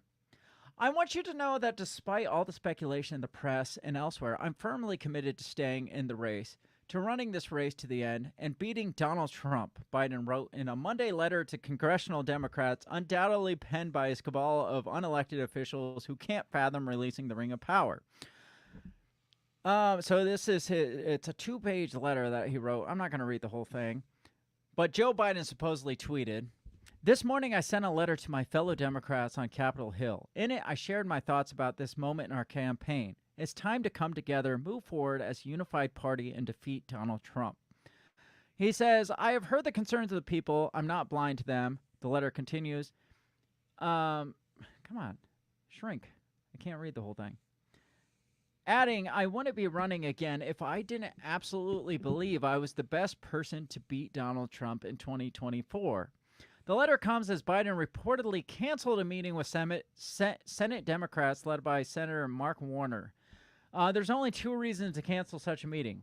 One, that POTUS Biden is not even willing to listen to calls for him stepping aside, or 2, that the president has finally recognized that the time has come. Yeah, I want to bet on that one. Meanwhile, 5 House Democrats have publicly called on Biden to drop out of the race, with several committee ranking members joining the call during a private call on Sunday. Many more Democrats have privately expressed the view that Biden needs to drop out, and an even larger group has voiced concerns about his ability to take on former President Trump. The Biden campaign's efforts to address those concerns largely by dismissing the president's doubters have stirred further discord among his fellow Democrats on Capitol Hill. Now, scroll down. Supposedly, Joe Biden called in on Monday, telephoned in conveniently, so you couldn't see. If he was, now you heard how Joe Biden was talking. Yes. And you've heard him talk publicly over the last month or so. It's about the same. Yeah. Listen to this phone call from Joe Biden to MSNBC. I'm not letting up, Joe. I am not letting up a little bit. And by the way, France registered, look, you talk about Europe. That's not Joe Biden. No. Now, take that and listen to that in Obama's voice. And his debate night, he's a pathological liar. He lied about Roe. He refused to accept the outcome of the election. He refused to condemn January 6th. And he says, they claim, he spoke with Putin before he invaded. What the hell are we doing, Joe? What are we doing? Now they're trying to make him sound like Joe by bumbling a little, kind of fumbling through. That is the most powerful, speaking voice I have heard from Joe in the probably the last year and a half. 10 years. That's not Joe Biden. No. Factually, there's no way in hell that's Joe Biden. Factually not Joe Biden. Yeah. There's no chance that is Joe Biden. I'm coming out and saying like Joe Biden said, and that's a fact, and you can look it up. Yeah. This is factually not Joe Biden coming out and saying this. There's Agreed. no way it's either AI or it's a Joe Biden impersonator or something. First of all, why did Joe Biden phone into MSNBC? Right. Yeah. No, and again, coincidentally, conveniently on the phone where you can't see him. And they have the AI where it can like change someone's voice. Yeah, they advertise for it on Facebook all the freaking time. Yeah. So I mean, it wouldn't be hard to be like, "That's a fact, Joe." Right. There's a couple more clips they have on here of him talking. Is it gonna play it? Come on now. God damn it. Maybe not. 5, 4, 3, 2. Oh, there we go. Just needed me to count. Yeah. Oh, come on. All right, that's not gonna work. Sorry, you don't get more Joe. Anyways, all that to say, that wasn't real. Yeah. Biden himself, Biden's maybe like closest teammates are like really scrambling to try. Either that or they're trying to make it look like they're scrambling. Yeah. And it's almost like comedically too defensive. Yeah. Like when he came out on ABC with George Stephanopoulos, and it's just like, dude, that was your response? Yeah. Like that was your save confidence in Joe Biden for America post-debate? That was it? Mm-hmm. It's almost like they're trying too hard to make it look like they're trying. Right. But in reality, it's just like, let's just let this guy keep talking. Yeah. And then throw this thing out there, and people are like, dude, that's not Joe Biden. But I feel like the media is turning on Biden. They are. Like, there was a radio station that cut ties with a reporter because the reporter only asked White House approved questions. They fired her over this. And they're like, no, we are unbiased media. And maybe they are. Yeah. Maybe, in their defense, maybe they are. But to find out a radio station is like, we're firing you for asking the easy questions that the White House put out. No, we're not playing that game. We're gonna ask them whatever the fucking questions we want because we're unbiased. I feel that's kind of the shift that's happening. It's like, dude, we got to start asking. The White House is lying to us. We can't keep asking their questions. We didn't realize they were only giving us their questions so they could lie to us about this. Like, they're covering up this medical, this problem. Yeah. And, even, like I said, Stephanopoulos didn't even seem to go super easy on him when he was just like, dude, you were sucking it up from the beginning there, dude. Yeah. Even the ones that aren't suggesting he step down are covering this when they wouldn't have even touched it before. Right. Even the one, because you got some media that's like, dude, he probably needs to step down. Yeah. But even the ones that aren't coming out and saying we need a new candidate, they're like, did y'all see Joe Biden? There's other sources, not us, but there's other sources that are calling for him to step down. It's just like, none of this 2 months ago would have been in the media. None of this 2 weeks ago would have been in the media. And now all of a sudden the media has full coverage on how shitty of a candidate Joe Biden is. Yeah. And it's just like, you're showing like we saw it coming, being this shitty little podcast, and you're sitting here saying, dude, that blindsided us. We never would have guessed that this. So this is our candidate. Yeah. Totally didn't see that one coming, guy. Either A, you're so gullible and naive to what the party is telling you, or B, this is a scripted plan. Do you think that they really had counted on Trump not being able to run? Like, maybe, through the court systems and different cases that he would be ineligible to run, and so they were hoping that would be the case and they wouldn't have to worry about it as much? I think that they might have been hoping for it, but then you got to think, if Trump couldn't have ran, then they'd be stuck with Biden for another 4 years, and they couldn't. So it's hard to say what the full, how broad this plan was, right? Because they kept throwing everything at Trump, hoping he wouldn't run, yeah, or at least making it look like they hope he wouldn't run. And then suddenly they're like, and Biden's just this champion of champions, the strongest, most coherent. And then all of a sudden they're like, well, Trump's running and Biden's not going to win. We got to do something, guys. It's like they got to make it look like it wasn't the plan. Yeah. They got to unwrap it gently. They can't just like rip the Band-Aid off. They got to, again, they got to make Biden believe that he still has a fighting chance. If they don't make Biden believe it, then they don't have a chance of pulling this thing off that we've been predicting for 4 years now. Like they even have tried to offer like pathetic fixes to more publicly display his incompetence, I guess. Yeah. Like coming on these interviews or some of the things. The big one was MSNBC coming out and be like, "Oh, I know how we can fix it." It's like a pathetic attempt to look like they're trying to fix it. Like MSNBC, that one guy was like, "What if the next debate we should allow his aides, all their aides, to come on with them, so we can see what his administration looks like too, and we can ask them questions." No, clearly, like, from a shallow perspective, it's like clearly they just want them up there to kind of hold up Bernie, hold up the dead corpse.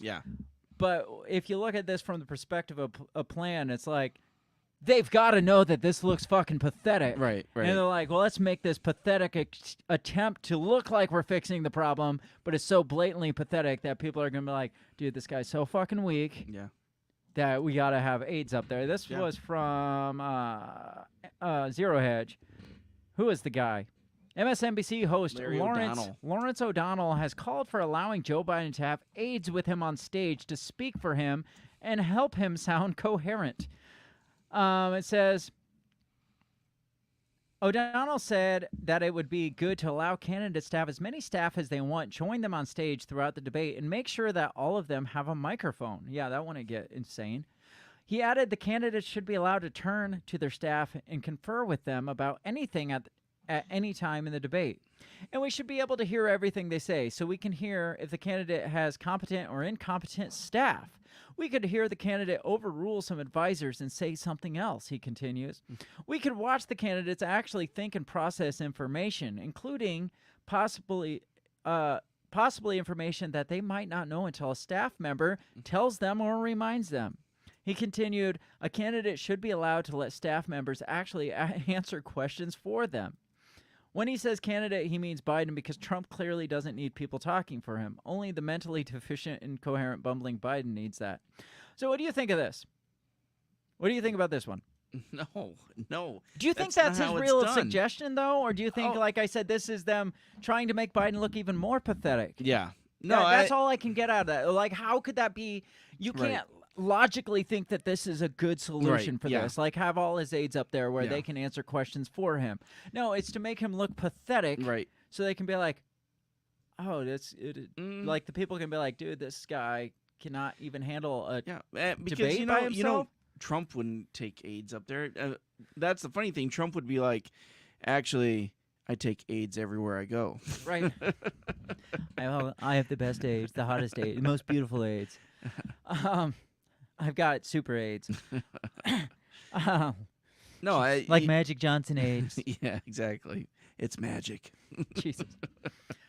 They've set the stage. Yeah. They've made the hit. The hit pieces come out.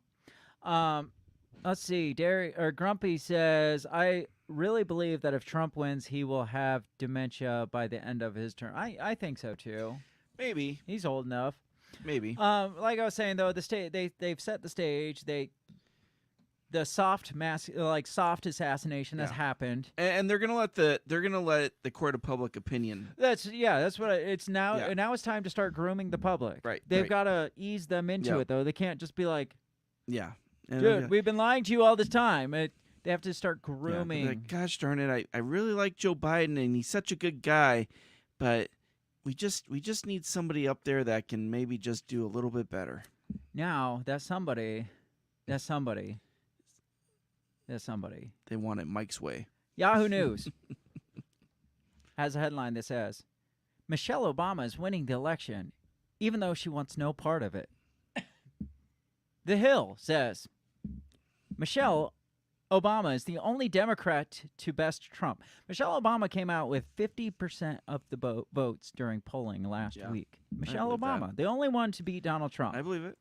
Newsweek came out and said, could Michelle Obama replace Joe Biden? It's just these suggestions out there. It's just like, well, it's the court of public opinion. Like they obviously Michelle has come out and been like the first one that I said, Michelle, Big Mike is winning the election, even though she wants no part of it. Like, Michelle's not going to be like, well, yeah, I would do it. I would do it. Right. Absolutely, hands down, I would do it. But then her autobiographer come out, or her biographer, not her autobiographer. That would be her. That would be her. Says Michelle will not run for president. This came out today, actually. Says it says the likelihood of Michelle Obama, or Big Mike, running for president is incredibly remote, according to the author of one of her books. One of 3 Democrats polled by Reuters want President Joe Biden to step aside, with the former First Lady unsurprisingly a popular replacement. Obama was the only hypothetical candidate to outperform Donald Trump, capturing 50% of the vote compared to 39%. In a Biden-Trump head-to-head, the incumbent and former president amassed 40% support each from voters. Notwithstanding her esteem among Democrats, the biographer and author of Michelle Obama, A Life, says politics isn't the ex-First Lady's future. It's as unlikely as it could possibly be, said Peter Slevin said on News Nation Live regarding the possibility of Obama being on the 2024 ticket. She has said over and over again, this is not her world. She is not going to do it. Obama's office provided a statement to NBC News in March, reiterating that she would not be running and supported the Biden campaign. In her mind, she wants to have Democrats win. She dislikes, I think, to put it lightly, Donald Trump. I think she will be doing some things in the fall to advocate for Democrats. Yeah, she'll be doing a lot to advocate for Democrats. So Michelle's saying, not going to do it. Michelle's biographer saying, there's slim to no chance that this would happen. Not going to run. Yeah. No chance whatsoever. Again, though, like kind of how the media is portraying, like we can't seem too eager to carry out the plan. We have to, like, seem reluctant. Like, we don't want this. This isn't the cross I want to bear, but I will bear it if I must. You remember Donald Trump on Oprah in the 80s? It's like, do you ever see yourself? He's like, I don't want to run for president ever. But if it come down to it, if it can, like, somebody's got to run. And if the world got, I mean, he said this in the 90s, the 2000s. If it gets bad enough, they're going to force my hand and I'm going to have to run. Does Donald Trump now seem like reluctant?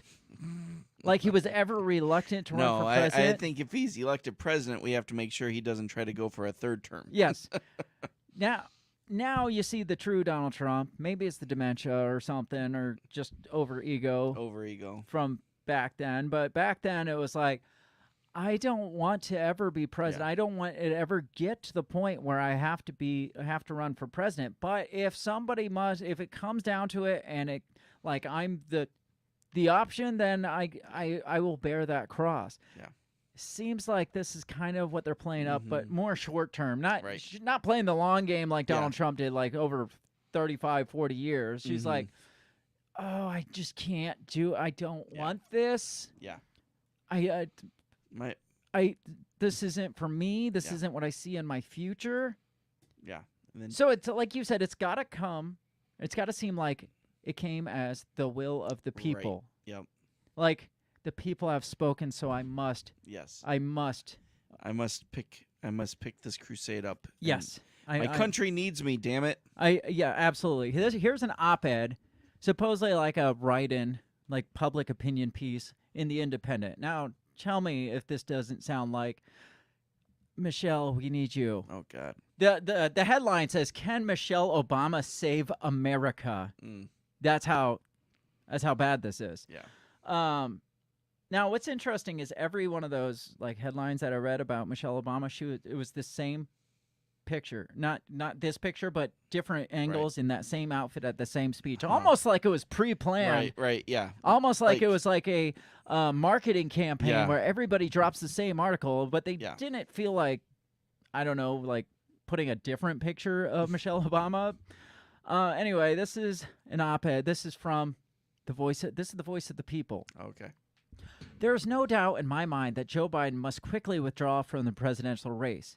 If he refuses to do so, defeat is assured. Suggestions to replace him with his Vice President Kamala Harris also seem to be misguided. She is hardly popular. Now, the only reason they would go with Kamala Harris, and I forgot to mention this, the $128 million that his campaign has raised, the only person that can go to is Kamala Harris. Gotcha. If anybody else runs, they have to start from zero. Those campaign donations don't transfer to the next Democratic candidate. The ideal candidate to replace Biden is the former First Lady of the United States, Michelle Obama. In their 2020 podcast, the Michelle Obama podcast, she and her husband suggested that one day she will be a candidate for the highest office in the country. Now, her biographer said that she does not see this in her future, but for some reason in 2020, her and Barrio said that someday this will be her. That footage has to be out there somewhere. We must tell her that defeating Donald Trump is a national emergency. He is considered by many to be the worst president in history of the United States. And that's a fact, Jack. It was everybody. That's a fact, Jack. And cannot be allowed to repeat the indignities he foisted upon it. If she gave her approval, there's no doubt that the Democrats' chances of beating him would be improved. Considering her experience in politics and the significant amount of sympathy she enjoys among Americans, that includes those of Republican persuasions. Really? Yeah. Really? Yeah. If Michelle Obama refuses the offer, Democrats must find another candidate who piques the interest of voters. This rare gem will not be easy to find, but we must replace Biden. If the honest man really believes that it is necessary to prevent Trump from regaining power at all costs, he will agree to give up his apron and put all the chances on the side of the Democratic Party. This is by Silvio LeBlanc, an op-ed in The Independent, whether or not Michelle... Oh, I missed the part where... Because she says she will one day be a candidate for the highest office. It's now or never. So. Yes. The portrayal of public opinion. Yes. I saw one piece that said Michelle Obama and Taylor Swift could save America on a ticket together. No. I would move away from the country at that point. I'm going to hold you to that. I will. You see where this plan is just, like, so nicely unfolding? Yes. Like,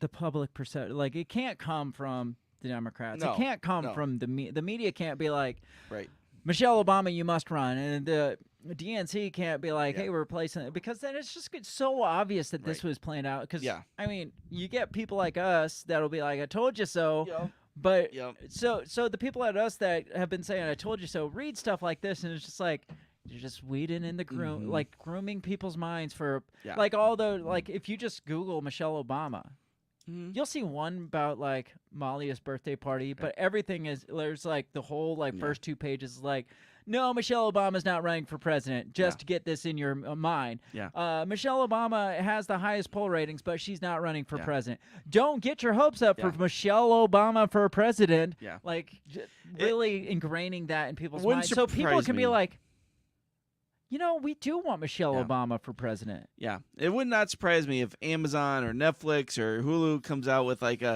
some kind of like mini series or movie of like Madam President or something, you know, just to like kind of really get people like talking. Or the life and times of Big Mike. Yeah.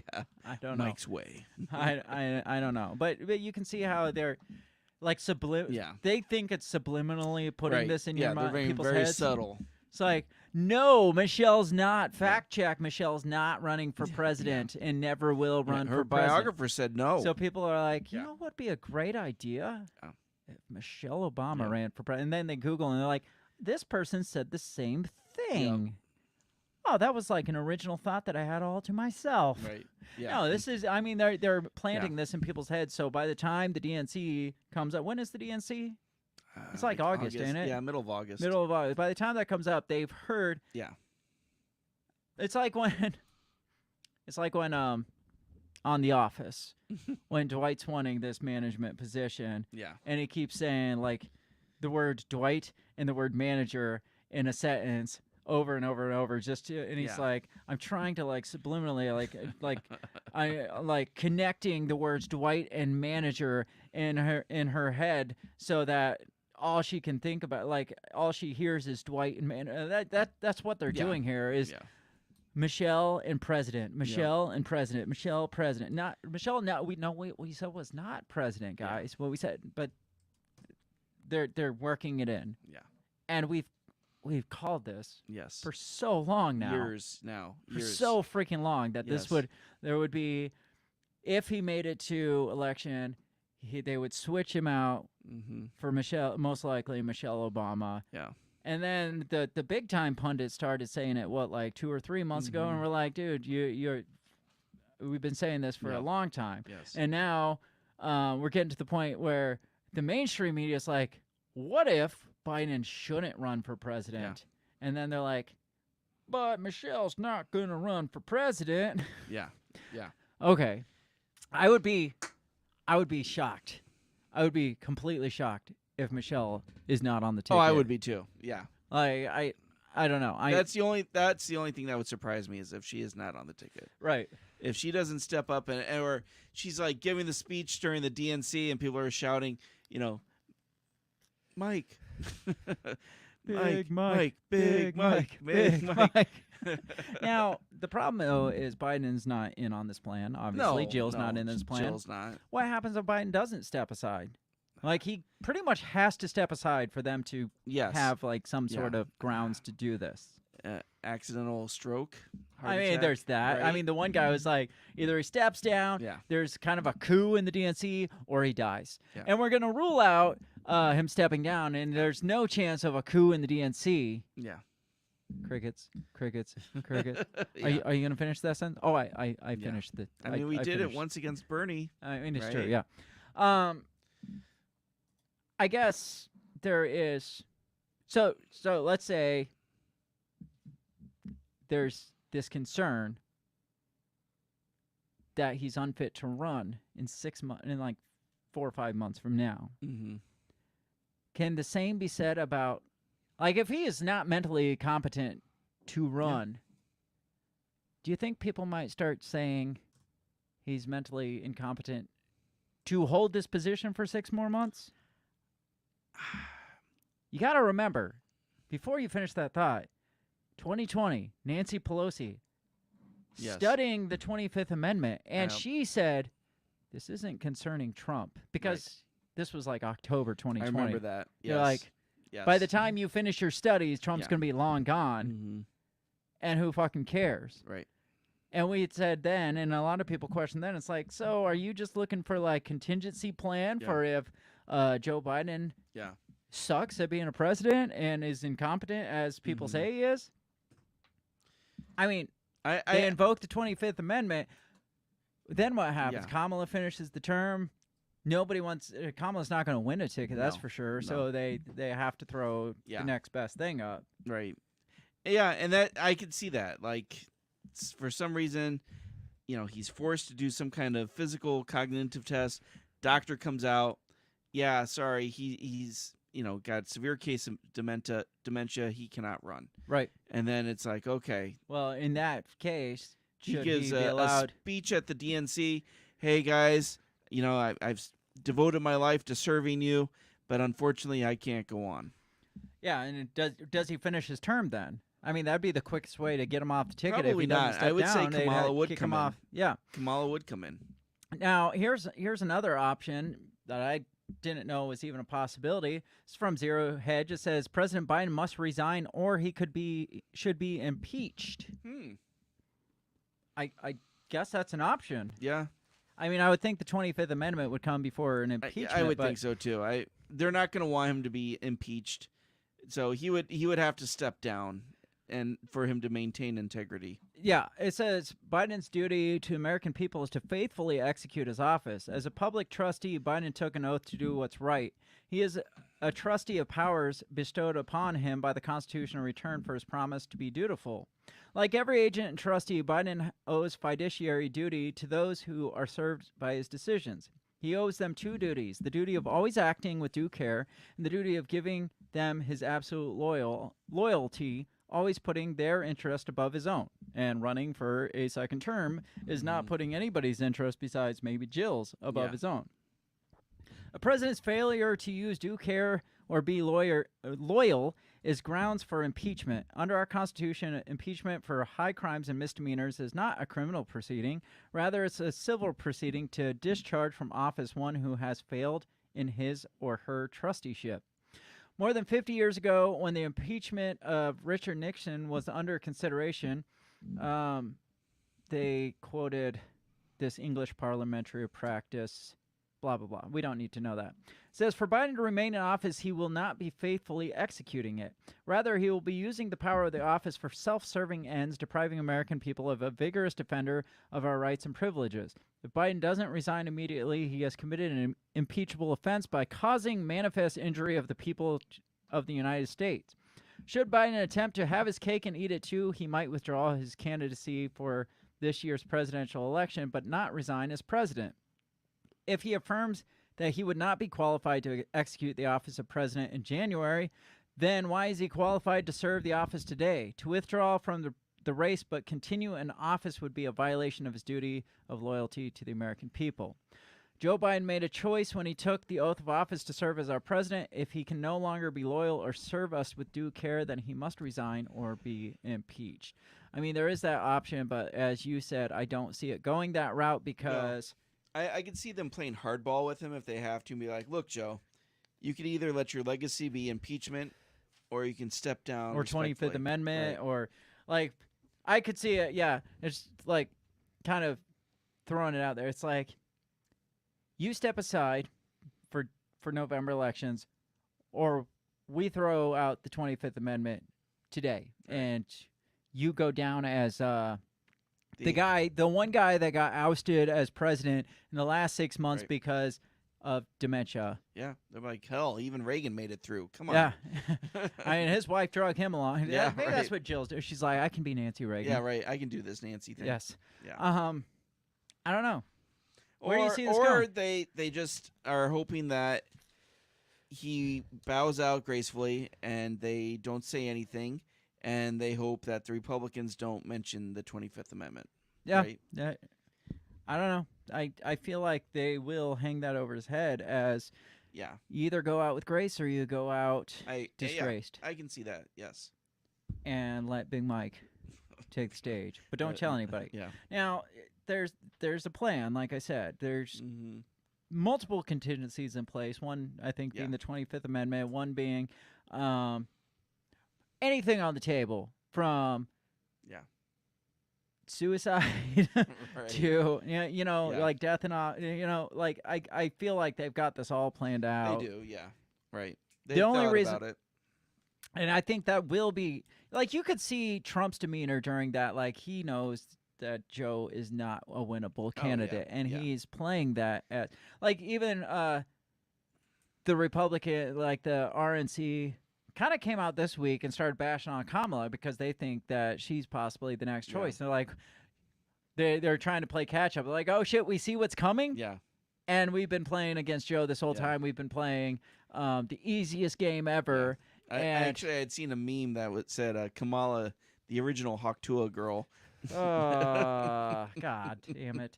Now, I feel like they're going after, like they're trying to predict what's coming next, but they're missing it. Like I feel like they might be suggesting Kamala to throw the Republican, like something's coming and it's going to be, it's definitely going to be Kamala. And so they start throwing hit pieces out on Kamala. I heard Trump talking about Michelle though. Really? And saying how she didn't have the poll numbers to win.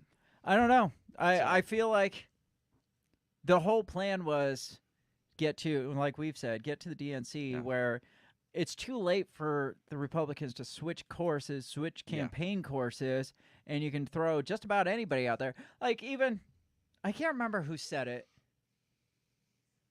Like Joe Biden says he's the only one who can beat Donald Trump. It was one of the big pundits, the big Democrat pundits. He comes out and he's like, actually, at this point, Joe Biden is literally the only person that can't beat Donald Trump. Like, literally anybody else probably could.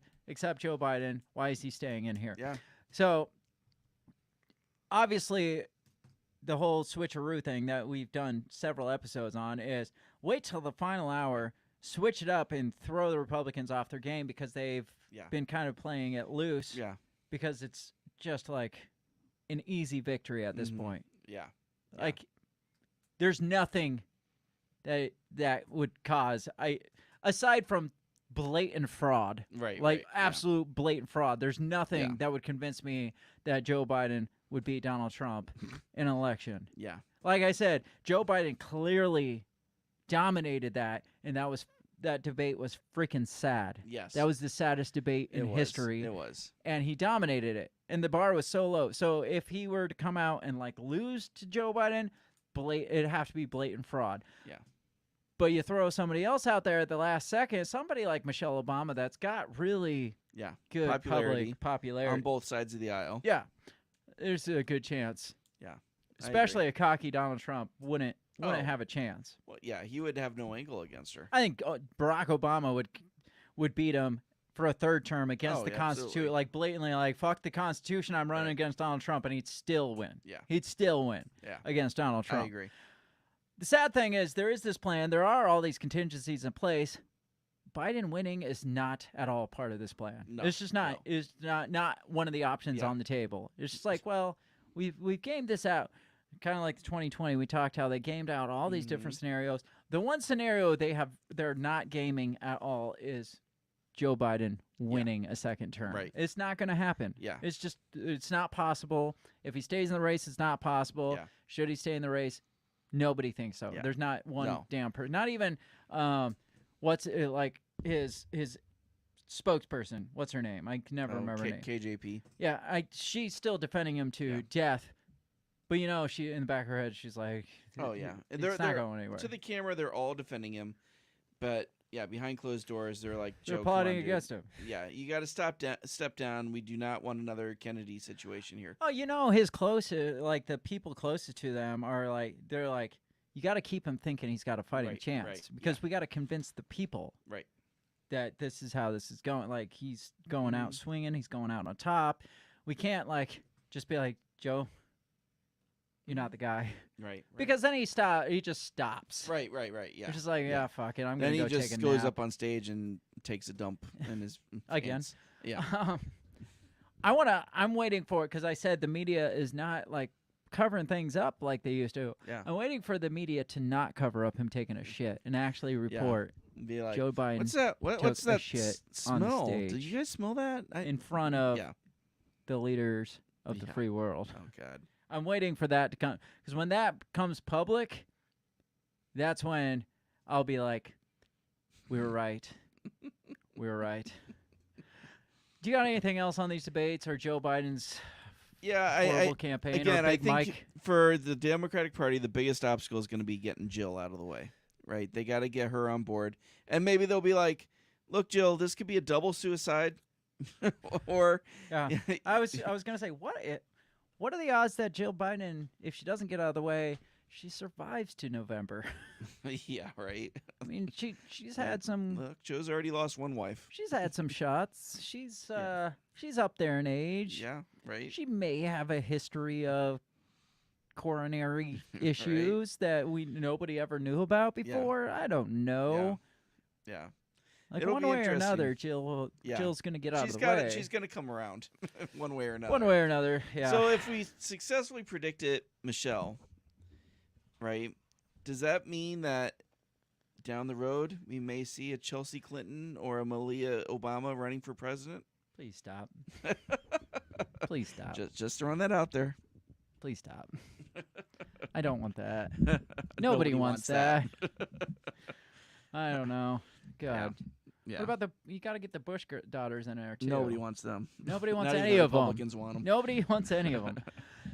Yeah, anything, any positivity to go out on? Not really, man. That debate really was a kick in the balls all the way around.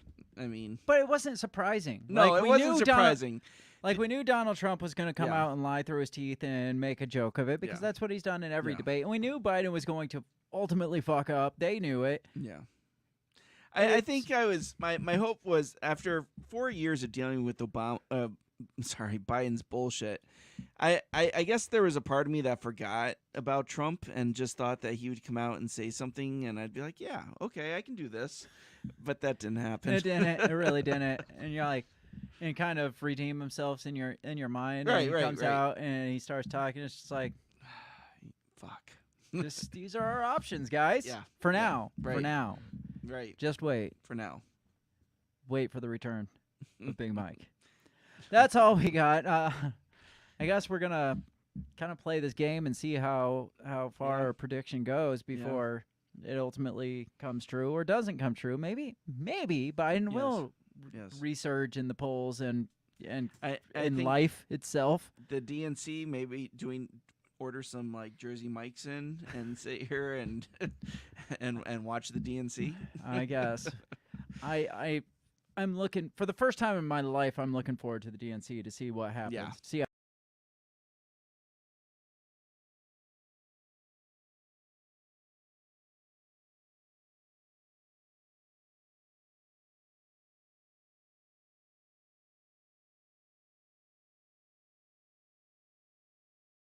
You're muted too. I'm gone for some reason, but I'll be back so we can close this thing out. Give me half a second.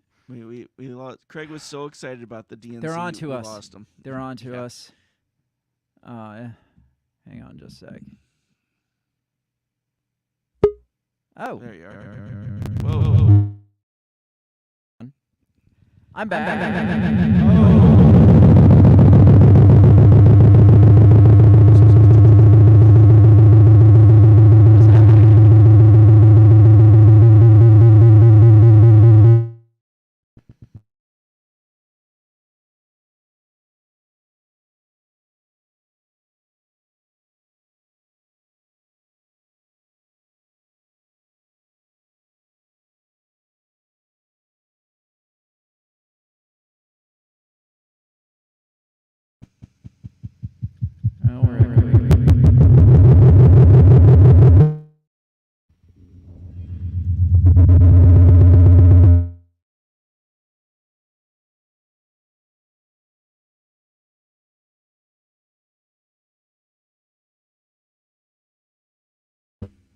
All this work just to close out the show and say goodbye. I don't know. I don't know what's going on. Now I'm on the wrong side. There we go. So the DNC's on to. They're like, you're onto our game. Yeah. Right. We got to screw up your podcast, even though for the last 2+ hours we've been calling them out. Right. Check us out on the social medias. Yes. Let us know your opinions. Do you think this is the end of Joseph Robinette Biden in his campaign, or do you think he makes a resurgence? Do you think he climbs back in the polls and defeats Donald Trump? Because he's the only person to ever have defeated Donald Trump, so he's got to be the guy, Jack. What scares me is that he still has a lot of people that are supporting him. Because he's a nice guy. Because he's a nice guy, and he's not Donald Trump. He's not Donald Trump. Yeah. It's like, okay, but he also can't make it to the bathroom. Yes. Does he need to at this point, though? No, Does he I guess need to? When you get a certain level of success, no, you don't. No, you just poop your pants. All the cool kids are doing it. That's the biggest status symbol ever. Yes. Let us know your opinions. All social media is always open. The comment section's always open. Check us out. Share us far and wide. Tell us when and why you think Michelle Obama absolutely will be on the 2024 November ticket. And yeah, just convince us that we're right, because we're fully convinced already. But the world needs to know. Exactly. I want to go back and play all the different, like, when this happens, I'm going to go back and find every clip that we called this and make a montage of when people shocking surprise and like out of left field, Michelle Obama has decided to become the candidate for the Democrats for 2024 election. Nobody And we're going to saw come it out. coming. We're going to come back with timestamps and dates and make a montage of all the times that we said Big Mike will be on the 2024 ticket. Yes. Absolutely, and it will come about the time of the Democratic National Convention in 2024. So we called it. We were probably one of the first to call it. I believe so. Probably not the very first, but one of the first to call it. Yeah. And I'm just waiting to say I told you so. Yes. Have a great rest of your week. Catch us probably next week. I'm on vacation over the weekend, but I'll be back. I should be back by Monday. So, yeah, we'll shoot for next week and see what reality brings us in the next 7 days. Yes. So, have a great rest of your week. We will catch you next time. Peace. Goodbye. The Break the Bell podcast is brought to you by you. So pat yourself on the back because without you, we would be talking to ourselves. A special thanks to our Patreon members, Justin Zielinski, Remzo Martinez, Stephanie Parker, and T.O. Jacobson. A shout out to our sponsors, Run Your Mouth Coffee, the On the Run podcast, and Goulash Media. If you'd like to help support us, visit patreon.com/breakthebell or buy our garbage at breakthebell.bigcartel.com. Get back here next week and let us continue to invade your ear holes. And as always, never stop talking.